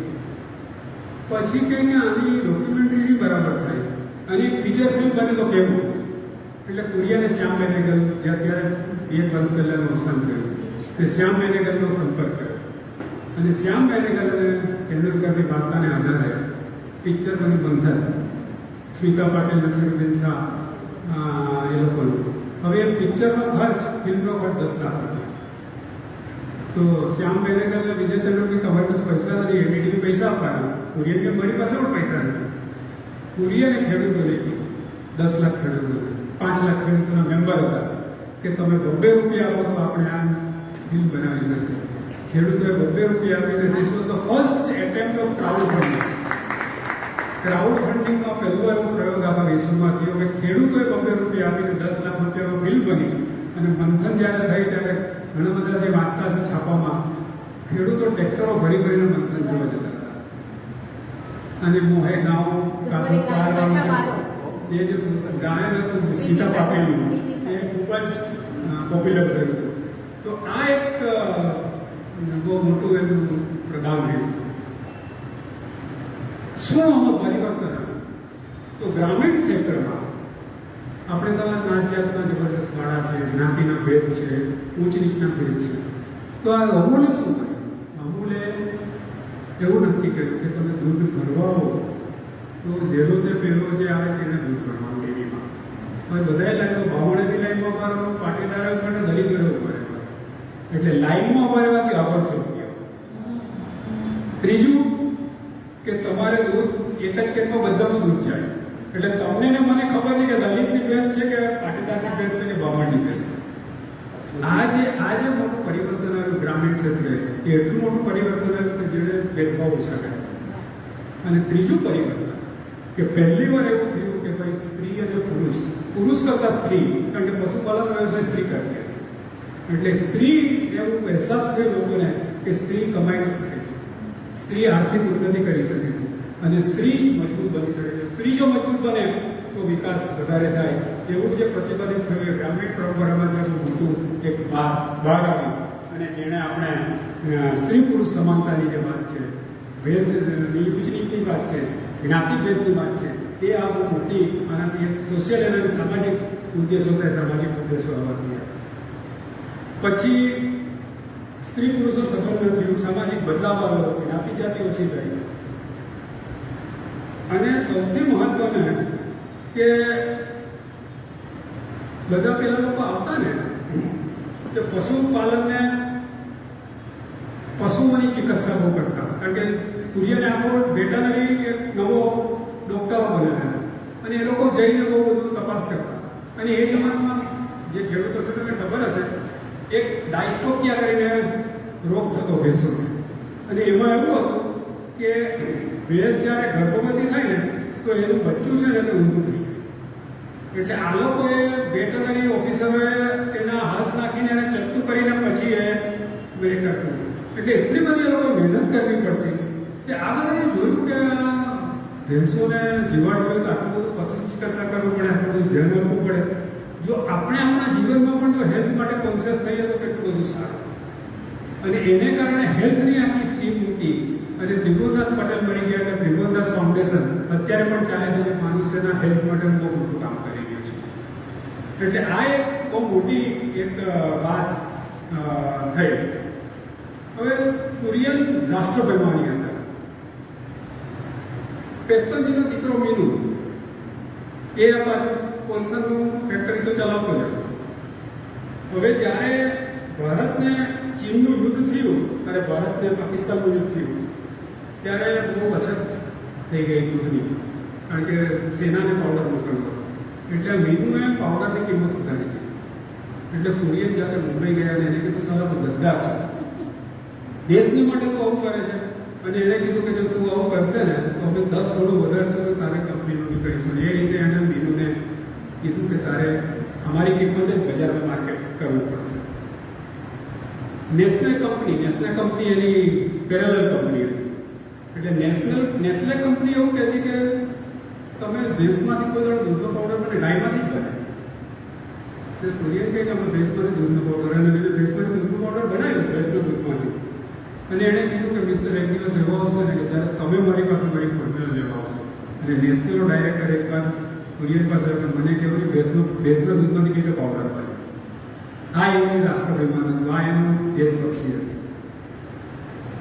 આ જ્યારે યુરોપિયન યુનિયને પાવડર બધાને આપવાનો હતો, પાકિસ્તાનને પણ એ પાવડર જોઈતો હતો. તો પાકિસ્તાનનો જે ફોરેન મિનિસ્ટર હતો નાઝીર અહમદ, તે નાઝીર અહમદ આ યુરોપિયન યુનિયન સાથે જાતની વાટાઘાટ કરતો કે અમને દૂધ આપો, અમને પાવડર આપો. પણ ગમે તે રીતે કુરિયને દૂધ મેળવી શકે. એટલે નાઝીર અહમદે એકવાર કુરિયનને પૂછ્યું કે તમે ખ્રિસ્તી છો, અને એટલે એણે કીધું કે તમે ખ્રિસ્તી એનડીટીવીનો ચેરમેન કેવી રીતે હોઈ શકે, તમારા દેશની અંદર આવું કેવી રીતે થઈ શકે કે આવું તમે ખ્રિસ્તી છો. એટલે એણે કુરિયનને જરા એ કહ્યું. એટલે કુરિયન એમ કીધું, મિસ્ટર અહમદ, ભારત પાકિસ્તાન નથી. જ્યારે તમારા દેશે ભારત પર હુમલો કર્યો ત્યારે કચ્છના કલેક્ટરે ખ્રિસ્તી હતા, ગુજરાતના આઈજીપી ચુસ્ત મુસલમાન હતા, ગુજરાતના ગૃહ સચિવ ખ્રિસ્તી હતા, અને ગુજરાતના રાષ્ટ્રપાલ મુસલમાન હતા. આ છે અમારો ભારતને અમે એમાં જીતી શક્યા. This is the spirit of India. કે એ જે એની જે વિશાળતા હતી કે, અને કુરિયનના કેવા એક જ વખતે 4 હતા. ગુજરાત ઇલેક્ટ્રિસિટી બોર્ડના ચેરમેન, ગુજરાત રાજ્ય એગ્રીકલ્ચર યુનિવર્સિટીના ચાન્સેલર, ઈરમાના ચેરમેન. એટલે કોઈએ એમ પૂછ્યું કે આ કુરિયર એમ કીધું કે કેરળમાં હોય ને તો મને આવું નહીં થશે, ગુજરાત જ હવે એવું છે કે જે આવું મને કરી શકે. કે 4 જગ્યાએ હું હોદ્દા પર રહ્યો અને છતાં પણ હું આ ફરજ અદા કરી શક્યો. ત્રિભુવનદાસ 1994માં મૃત્યુના પીછા નહીં હતા. કુરિયર દિલ્હી હતા. તેમને એમ હતું કે ગમે તે તેની પાસે પહોંચવું છે. એણે ફોન કર્યો, ચોથાણી નામનો એક એનો પીએ હતો, કે કેવું છે કાકાને? કે કાકા વાંધો નથી, કાઢી દઈશ એક દિવસ. તો કે સારું, મારે એક અર્જન્ટ કામ છે તો હું કાલે આવીશ. ત્રિભુવનદાસે સાંજે 6:30 વાગે ચોથાણીને કીધું કે મારી પાસે મન નથી લાગતું કે હું ઘરે જઈ શકીશ. હાથ પકડીને કીધું કુરિયરને કહેજો કે હું સમગ્ર ખેડૂત અને સમગ્ર સહકારી પ્રવૃત્તિ એને અર્પણ કરું છું. અને ત્રિભુવનદાસ એક્સપાયર થયા. કુરિયર આવીને બહુ રડ્યા કે મારે કાંઈ જે મારી અંતિમ ઈચ્છા હતી કાકા જોડે તે ન થઈ. અને પછી કુરિયરે કીધું કે જે કંઈ છે એ હવે હું મારી આખી જિંદગી આમાં અર્પણ કરીશ. અને એણે બહુ જ અર્પણ કરી આખી જિંદગી. કુરિયરની દીકરી નિર્મળા સતત એની સાથે સંવાદ કરતો. અને કુરિયરે એને એક વાર કીધું કે બહુ ઓછા પૈસા હોય ને એ સ્થિતિ ઘણી ખરાબ હોય છે. કારણ કે તમારી પાસે પૂરતું ખાવાનું ન હોય અને તમારી ભૂખ પણ તમે સંતોષી ન શકો. પરંતુ એ સ્થિતિ તો સૌથી વધારે ખરાબ જ્યારે તમારી પાસે ધન હોય ત્યારે તમે નિશ્ચિત રૂપે ભ્રષ્ટ બનીને વધારે અપ્રમાણિક બની શકો. એટલે મારી પાસે મારી જરૂરિયાત જેટલું જ છે અને એટલું હોય તો તમે પ્રમાણિક બની શકો. આ કુરિયરની ફિલોસોફી. એણે આ પુસ્તકની અંદર એણે એના પૌત્ર સિદ્ધાર્થને કાગળ લખ્યો છે. બહુ ઇન્ટરેસ્ટિંગ કાગળ છે. અને એણે એ વાત કરી એમ દીકરાને, નાનકડો દીકરો સિદ્ધાર્થને, કે મારી મૂળભૂત મૂલ્યો પ્રત્યેની મારી નિષ્ઠા છે તે મૂલ્યોને વળગી રહેવાને કારણે શક્ય બન્યું છે. આ મૂલ્યો મને મારા માતા પિતા અને અન્ય વડીલો દ્વારા મળ્યા.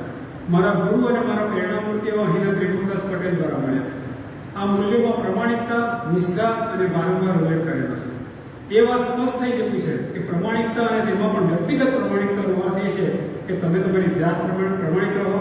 જો તમે પોતાની જાત પ્રમાણે હંમેશા પ્રમાણિક રહેશો તો બીજાઓ સાથે પ્રમાણિક રહેવા માટે કંઈ બહુ પ્રયત્ન કરવો પડતો નથી. This is the essence of the ભગવાન લાઈફ. એટલે કુરિયન આવી રીતે એ કર્યા. અને પછી તો ઘણી બધી વાત છે, પણ અંતમાં એની આત્મકથામાં છેલ્લે લખે છે કે અમારા સ્વપ્નો મહાન હતા. અમે જાણી શકીએ કે પરિવર્તન માટે એક નાનો છતાં મજબૂત પાયો હોવો જરૂરી છે. એ પાયામાં આપણે જ હોવા જોઈએ. કારણ કે ગાંધીજીએ કહ્યું છે, બી the change you want to C.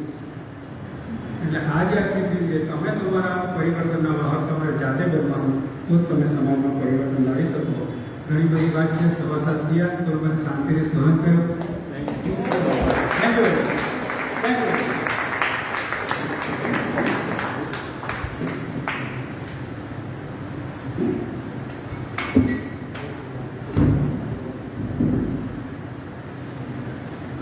એક જ શબ્દ બોલીશ, અદ્ભુત. આમ સાહેબ એક પણ મિનિટ અમે આખી તેમ નથી થયા. આખી લાઈન અને એકદમ કોન્ક્રીટ વાત અને બધું જ. આપ તો બહુ વિદ્વાન પ્રોફેસર અને વિષયના પણ, એટલે એનો ન્યાય તો અમારા જેવા કંઈ ના બોલી શકે. પણ VNSUના ક્લાસમાં આ બહુ મજા આવતી હશે બેન. તમે તો જાણતા હશો, પણ અમને એવું લાગ્યું કે એમના ક્લાસમાં કેટલી મજા આવતી હશે.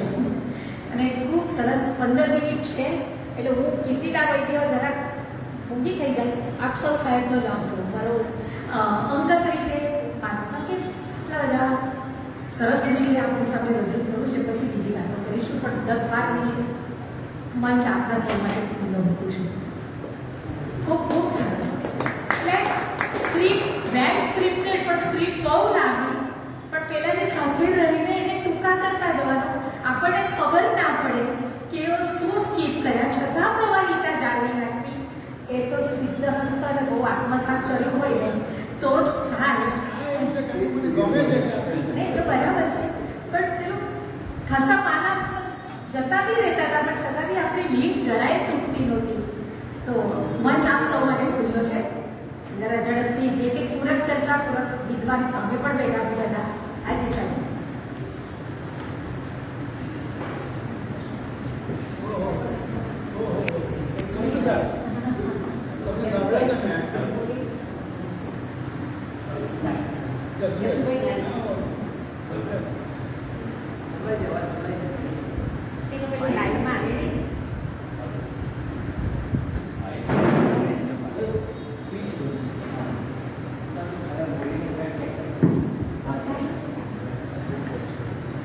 આજનું જે પ્રવચનથી આ સયાજી પુસ્તકાલય જે છે એની કેટલી વિશાળતા છે. દર શનિવારે કોઈ વખત વિજ્ઞાન, ઇતિહાસ, કોઈ વખતે ભૂગોળ, એટલે એ રીતે જે આ અમારી આ સંસ્થા છે એને જેટલી પ્રશંસા કરીશું એટલી ઓછી મળશે. હવે તમે માનનીય વર્ગીસ સાહેબને જે વાત કરી એ તો સાહેબ એટલું મોટું, કલાકને એને પદ્મશ્રી એવોર્ડ પણ ભારતની સરકારે એને બધા જ એવોર્ડ એને મળ્યા. પણ એનું સાચું જીવન ને ઘટના વલસાડ નવસારી જિલ્લામાં છે એ તમને. અને હું વસુધારા ડેરીની વાત કરું. વસુધારા ડેરીની સ્થાપના નરેન્દ્રભાઈ વશીએ કરી અને ગામે ગામ ગયા અને બધું થયું ત્યારે, અને દર વર્ષે એ એવોર્ડ પણ આપવામાં આવે છે વર્ગીસ એવોર્ડ. તો આ ઇતિહાસ છે કે ગુજરાતમાં પહેલી વખત આવી રીતે શ્વેત ક્રાંતિના મેનેજરને જો એવોર્ડ મળ્યો હોય તો તે ગુજરાતમાં વસુધારા ડેરીને મળ્યો છે. અત્યાર સુધી એ કુરિયન એવોર્ડ એના ચેરમેનને, એના પ્રમુખને કે એને બોર્ડને મળતો હતો. પણ આ એક ઇતિહાસ છે કે જ્યારે વસુધારા ડેરીના સ્થાપક અને કુરિયનને સાચી અંદરી સાહેબ એ જે ફંક્શન થયું તો સાહેબ 300 જેટલા ટ્રેક્ટરો ભરાઈને આવ્યા નરેન્દ્ર વશીને માન આપવાને માટે. અને કુરિયનનું આખું જીવન ચરિત્રની ચોપડી પુસ્તક, તમે શશિકાંતભાઈની વાત કરી તો એ પુસ્તકની નકલો ત્યાં દરેક ખેડૂતને આપવામાં આવી. એવો આ વિસ્તાર છે. અને આજે આ માધ્યમથી તમે જે શ્વેત ક્રાંતિને જે અંજલિ આપી એ ભૂલી શકાય નથી. અને આ પ્રસંગે ડૉક્ટર શ્રી મોગાભાઈ દેસાઈ અને નરેન્દ્ર વશીએ સાચીનું કામ આ કુરિયન સાહેબનો અમારા કર્યું.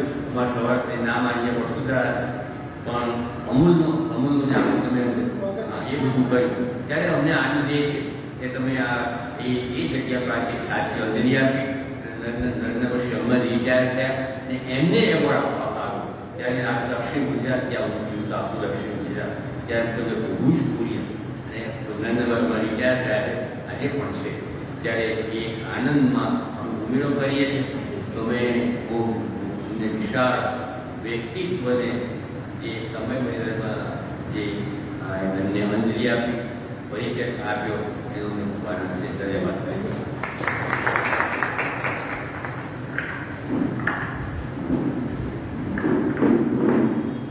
મંથન પિક્ચર જોયેલું અને આજે કુરિયનની બાયોપિક જોઈ. એટલી સુંદર રીતે રજૂઆત, રીતસરનું પિક્ચર, કુરિયનની બાયોપિક. તમે સત્યમેવ જ્યોતિ, પોતાને જોશી પણ જ્યોતિ કહી શકો. હા, સત્યકામ જ્યોતિ. ખૂબ સરસ, ખૂબ સરસ. એટલે આઈ કેન ડિસ્ક્રાઇબ ઇટ. એટલું સુંદર રીતે તમે રજૂઆત કરી. જે ભાષા જાણતા નહોતા આ સહકારી જે થઈ તેના એ તમે વર્ણન. જે નાના માણસોના અથવા તો અમારા જેવાને ખબર નથી તે કે વર્ણભેદ દૂર થયો એકદમ માન્યમાં. કેટલી બધી એ રીતે આની સફળતા છે આ ડેરીની અથવા તો કુરિયન સાહેબની, તે આજે ચોક્કસપણે જાણવા મળ્યું. કીર્તિદાબેન કીધું તેમ મને તો અત્યારે પણ સવારથી એટલે 11 થી 5 સુધી તમારા ક્લાસમાં બેસવાનું મન થાય. એટલું સુંદર તમારી રજૂઆત છે. તમારા પુસ્તકો વાંચવાની હવે ખૂબ ઈચ્છા છે. એનાલિટિકલ તમે અને તમે વિષયની પસંદગી ખૂબ સરસ કરેલી છે. દક્ષિણ ગુજરાતને લગતી અને ગાંધી, તમારી વાતોમાં ગાંધી નથી આવ્યો પણ તમે ગાંધીયન છો એટલે તે જાણવાની પણ ખૂબ હવે ઈચ્છા થાય છે. મેઘનાબેન એમના પુસ્તકો લઈ આવજો, ના હોય તો એટલે તે વાંચીશું. અને કીર્તિદાબેને કીધું તેમ તમે આવતા રહેજો. જ્યોતિ દ્વારા આ પ્રકાશ ઉજાસ ફેલાય ના ખૂબ ખૂબ ખૂબ ખૂબ અને ખૂબ જાણકારી પણ મળે. અને જાણકારી એટલે એવી જાણકારી જે કોઈને ખબર નથી તેવી જાણકારી, અને ખબર પડવાની પણ નથી. તમારા જેવા કોઈ કહેશે તો જ ખબર પડશે. પુસ્તકોમાં કદાચ નથી લખેલું, નથી આવતું. તે તમારા એનાલિટિકલ વિશ્લેષણોના સ્વભાવને કારણે આ શક્ય બનેલું છે. એટલે દક્ષિણ ગુજરાતની ગાંધી પ્રેરિત સંસ્થાઓ, ગાંધી વિચાર પ્રેરિત સંસ્થાઓને એ બધા વિશે જાણવામાં ખૂબ ગમશે. ફરી એકવાર ખૂબ તાળીઓથી આપણે સાહેબને વધાવી દઈએ. ખૂબ તાળીઓ.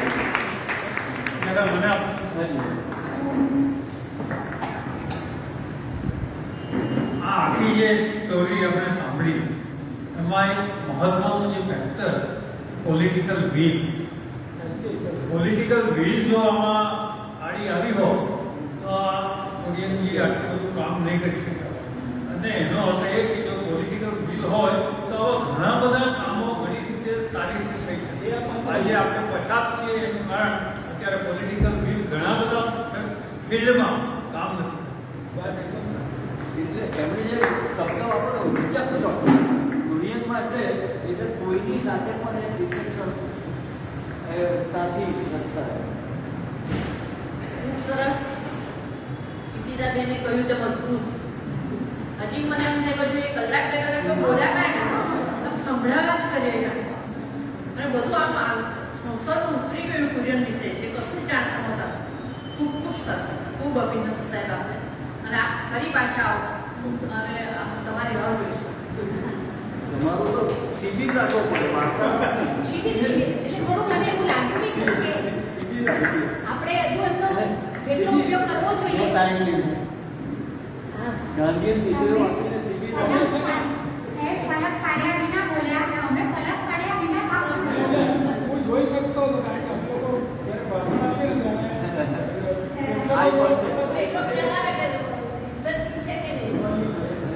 પણ અમે હું તમને કહું અમારા આદરણીય કિશોરભાઈ જોડે અમે છે ને આખું એક ગાંધી મિશન કિશોરભાઈ આખો રિસર્ચ છે. અને એક આખું એક તમે બધા જાણતા હશો એક ભૂમિપુત્ર નામનું માસિક આવે છે. એ ભૂમિપુત્ર એના 75 વર્ષ પૂરા કર્યા છે. એટલે કિશોરભાઈને અમે સુરતમાં એક થામ લીધી છે કે આપણે ગાંધીના વિચારોને આગળ વધારવા. એટલે અમે આવી રીતે કોઈના દર ચોથા શનિવારે એક સુરતની અંદર એક અમે ગોષ્ઠીનું આયોજન કરી રહ્યા છે. અને કિશોરભાઈ તો નવસારીમાં તો એમનું ઉછેર જ નવસારીમાં છે. એટલે કિશોરભાઈની બી એવી ઈચ્છા છે કે આ સયાજી વૈભવ લાઇબ્રેરી પણ આ અમારા પ્રયોગમાં સફળ થાય અને જોડાય તો વધારે એને થઈ શકશે. એટલે અમે વાત આપણે કરીશું કે કઈ રીતે આપણે એના શિબિરો કરી શકીએ, એની વાર્તાલાપ કરી શકીએ. પણ એક મિશન એવું છે કે ગાંધીના વિચારોને થોડા આગળ આપણે આજના સંદર્ભ ગાંધીના વિચારો પાર્વતીબેન લાગણી કરતો નવસારીના જ. એમના દીકરી અત્યારે સાચી છે. હા? ભૂમિપુત્ર અને માધવભાઈનો ગયા મહિને મને નિમંત્રણ હતું અહીંયા કોઈ વિષય પર બોલવા માટે. પણ દર મહિનાના ચોથા શનિવારે અમે અમારો પ્રોગ્રામ સુરતમાં હોય એટલે હું આવી આ કિશોરભાઈ એ તમને જે કીધેલું છે. નમસ્તે સર. ભુવન્સ કોલેજ અમદાવાદથી બોલું છે. ગણિતના છે ને આ તો મેથેમેટિક્સના પ્રોફેસર છે રિટાયર. અને આજ એ લોકો જે ગોષ્ઠી કરે છે એ ચોથા શનિવારે બિઝી જ હોય છે ત્યાં. એટલે સાહેબ કોઈ વાર 5મો શનિવારે રાખજો તો 5 મહિનાના 5 હોય ત્યારે એ ચોથાએ અહીંયા આવી રહેજો. આપણું આમંત્રણ કાયમી છે. એટલે હા ને આ બરાબર. માધવભાઈને હું તો આજીવન સભ્ય છે ભૂમિપુત્રના. અને વાંચવાનું ગમે. ના માધુભાઈનું તો એટલે મહાદેવે ગાંધીજીને સ્પર્શતા પુસ્તકો પર એમણે એક પુસ્તક લખ્યું. ગાંધીજીએ વાંચેલા પુસ્તકો. ગાંધીજીનું વાંચન બહુ વિશાળ હતું. ગાંધીજીને ઘડેલા પુસ્તકો. ગાંધીજી ગાંધીજીએ વાંચેલા અને ગાંધીજીને ઘડેલા પુસ્તકો. એ બધા ભેગા કરીને એમણે બધા વાંચેલા અને લખવાની શરૂઆત કરેલી અને પછી લખ્યું. એ બધી ડાયરીઓ વાંચીને એમણે એ બધા ઉતારેલા પુસ્તકો છે. વાંચેલા, પુસ્તકો જ છે. છે ને, રેકોર્ડિંગ છે ગાંધી વાચક તરીકે. હા, એ ગાંધી બોલ્યા વાચક છે. તરીકે. માધુભાઈ બોલ્યા છે. એનું કદાચ રેકોર્ડિંગ છે. એટલે એકમભાઈની એક બીજી સ્પેશિયાલિટી છે. એમને ગાંધીએ આઈડિયોલોજીના માટે દિલ્હીના જે અમન સંસ્થા છે એમાં એમનું સારું કામ છે. તો કોઈ વખત એમ કે ગાંધીના આઈડિયોલોજી પર જો આપણે વિચાર કરતા હોય તો એમનું એક પ્રવચન પણ એક સારું બોલી શકાય છે. એટલે કહું ને, એક જે હા, છે. અને બીજું છે એમનું આદિવાસી અને જંગલો કે જે આજે એને કોઈને ઇન્ટરેસ્ટ નથી રહ્યો પણ આ બધા વિષયો ખૂબ અગત્યના છે અને આ બધા વિષયો આપણે થોડો પણ એમની આમાંથી ચર્ચા કરીએ, ઘરે જઈને આપણા બાળકો સાથે એક શબ્દ પણ જો જાણીએ તો શક્ય છે કે આમાંથી આ બધા વિષયો વિશે કે ઊંડાણમાં આવનારી પેઢી પણ જાણી શકશે. એટલે આદિવાસીઓ અને જંગલોમાં એમનું એક કામ છે, તો એ વિશે પણ એક ચોક્કસ જોવા જેવું છે. ખૂબ સરસ. એમાં એક વૃત્તિ હું કરી દઉં કે આજે દેશીમાને કીધું ને તેમાં આદિવાસી કે એક બહુ ઇન્ટરેસ્ટિંગ, કારણ કે આપણે સાહેબે વાત કરી વસુંધરા ડેરી અને એ કુટલી ગામ છે અને કુટલીમાં ધરમપુરના કુટલીની અંદર વસુંધરાનું બહુ મોટું કામ છે અને વસુંધરા ડેરી એવી છે કે ત્યાં સૌથી વધારે આદિવાસી દૂધ મંડળીઓ વસુંધરામાં છે અને બીજો નંબર પછી સુરતનું છે. એટલે કુટલી પર અમે એક રિપોર્ટ કર્યો હતો આજથી 15 વર્ષ પહેલાં. એકાદ બે લોકો કુટલીમાં રહ્યા હતા અને વસુંધરા ડેરી પર આખો રિપોર્ટ કર્યો હતો અમે લોકોએ. હવે આ એક કિશોરભાઈ વાત કે રાજકીય ઈચ્છાશક્તિની રીતે રહી છે. આદિવાસી જે દૂધ મંડળી છે આજે આપણા દક્ષિણ ગુજરાત રળિયાત છે અને દક્ષિણ ગુજરાતમાં જો હિંસા કે નક્સલાઇટ નથી એનું એક બહુ મોટું કારણ આ દૂધ સહકારી મંડળીઓ છે કે આદિવાસીઓને પગભર કર્યા દૂધ મંડળીઓએ, એ આ દૂધ મંડળીઓ કરી. તેનું એક મહત્વનું ઉદાહરણ 1978માં સોનગઢની પાસે એક ગામ છે, ગામનું છે એનું નામ છે માંડલ. એ માંડલમાં એક ફાધર આવ્યા આણંદથી. મારી પાસે 2 મિનિટ લઈશ. એ ફાધર આવ્યા આણંદથી. ફાધર આવીને માંડલની અંદર આદિવાસી પ્રગતિ કેન્દ્ર શરૂ કર્યું. હવે ફાધર આણંદના એટલે એને ખબર કે આણંદમાં બધું આવું ચાલે છે એટલે એમને ત્યાંના બધા આદિવાસી 10 આદિવાસીને કીધું કે તમે આણંદ ચાલો. આનંદ લઈ ગયા અને આદિવાસી સંસ્કૃતિમાં કેવું છે કે એ લોકો ગાય રાખે પણ ભેંસની રાખે, કારણ કે ડુંગરાળ પ્રદેશ છે એટલે ગાયની ખરી કેવી છે કે ડુંગર પર ટકી શકે, ભેંસની નહીં ટકી શકે. એટલે એ એક બહુ કલ્ચરલ બેરિયર હતું. ફાધર એમને લઈ ગયા હતા અને એ લોકોને કીધું કે તમે આ દૂધ મંડળીને ભેંસ કરી શકશો. તો એમણે નાનકડી મંડળી બનાવી. પછી એના 5 સભ્યો થયા, 15 થયા, 20 થયા અને માંડળ એક એવી દૂધ મંડળી બની સૌથી વિશ્વની આદિવાસી પહેલી મંડળી માંડળ સોનગઢમાં બની. એનું શ્રેય પેલા ફાધર લીધા. એટલે એ જે આજે આદિવાસીઓ જે રળિયાત છે એમાં કયા કયા લોકોના પાયામાં રહ્યા છે એ આપણે બહુ જાણ છે. દિલ્હી યુનિવર્સિટીના સોશિયોલોજીના પ્રોફેસર BS માવિસ્કર એમણે આ માંડળ 6 મહિના રહ્યા અને એના પર એમણે આપણે એક રિપોર્ટ લખ્યો. એટલે આ એક એવા બધા વાત છે કે જેને સામાન્ય રીતે લોકો બહુ જાણતા નથી હોતા, પણ આ બધી છે કે જે ઇતિહાસ હવે બધું ભૂલાઈ જવા મળે છે. ખૂબ સરસ. બાળકોને ખાલી શ્વેતક્રાંતિના પિતા કોણ MCQમાં સવાલ આવડે એટલે આપણે ખુશ થઈએ, પણ ખરેખર એનો આખું જાણવું રહ્યું એના માટે આવા પુસ્તકોની જાણકારી ખૂબ જ જરૂરી. સાહેબ એ ખરેખર ખૂબ મજાની છે. આવતીકાલનો દિવસ એટલે સહવાચન પ્રવૃત્તિનો દિવસ 8:30 વાજપેયી ગાર્ડન પર આપ સૌને આપણા મિત્ર મંડળને આમંત્રણ છે. આવતો શનિવાર આપણો પહેલો શનિવાર એટલે અમારા યુવા વક્તા ધ્યાન રાવલ જેઓ ડેવિડ ગોગિન્સ લિખિત કાન્ટ હર્ટ મી પુસ્તક પર અહીંથી વાર્તાલાપ આપશે. એટલે આપ સૌને એમાં પણ જોડાવા વિનંતી. ફરી પાછું જોશી સરનો પણ આભાર. આપ દેસાઈ સાહેબ આપ પણ આવ્યા છો, બેન આપ પણ આવ્યા છો એમની સાથે, અને ઓનલાઈન પણ જે જોડાઈને આનંદથી રળિયાત થયા છે, જેમના કાન રળિયાત થવાના છે, એ સૌને મને આપ સૌને અભિનંદન સાથે આજના કાર્યક્રમને વિરામ આપીએ. અને મન અને આત્મા રળિયાત થયું. મન અને આત્મા બધું રળિયાત થયું અને બહાર નીકળીને આપ સૌને થોડી ઠંડક મળે એવી શુભેચ્છા સાથે આજના કાર્યક્રમને આપણે વિરામ આપીએ. Thank you.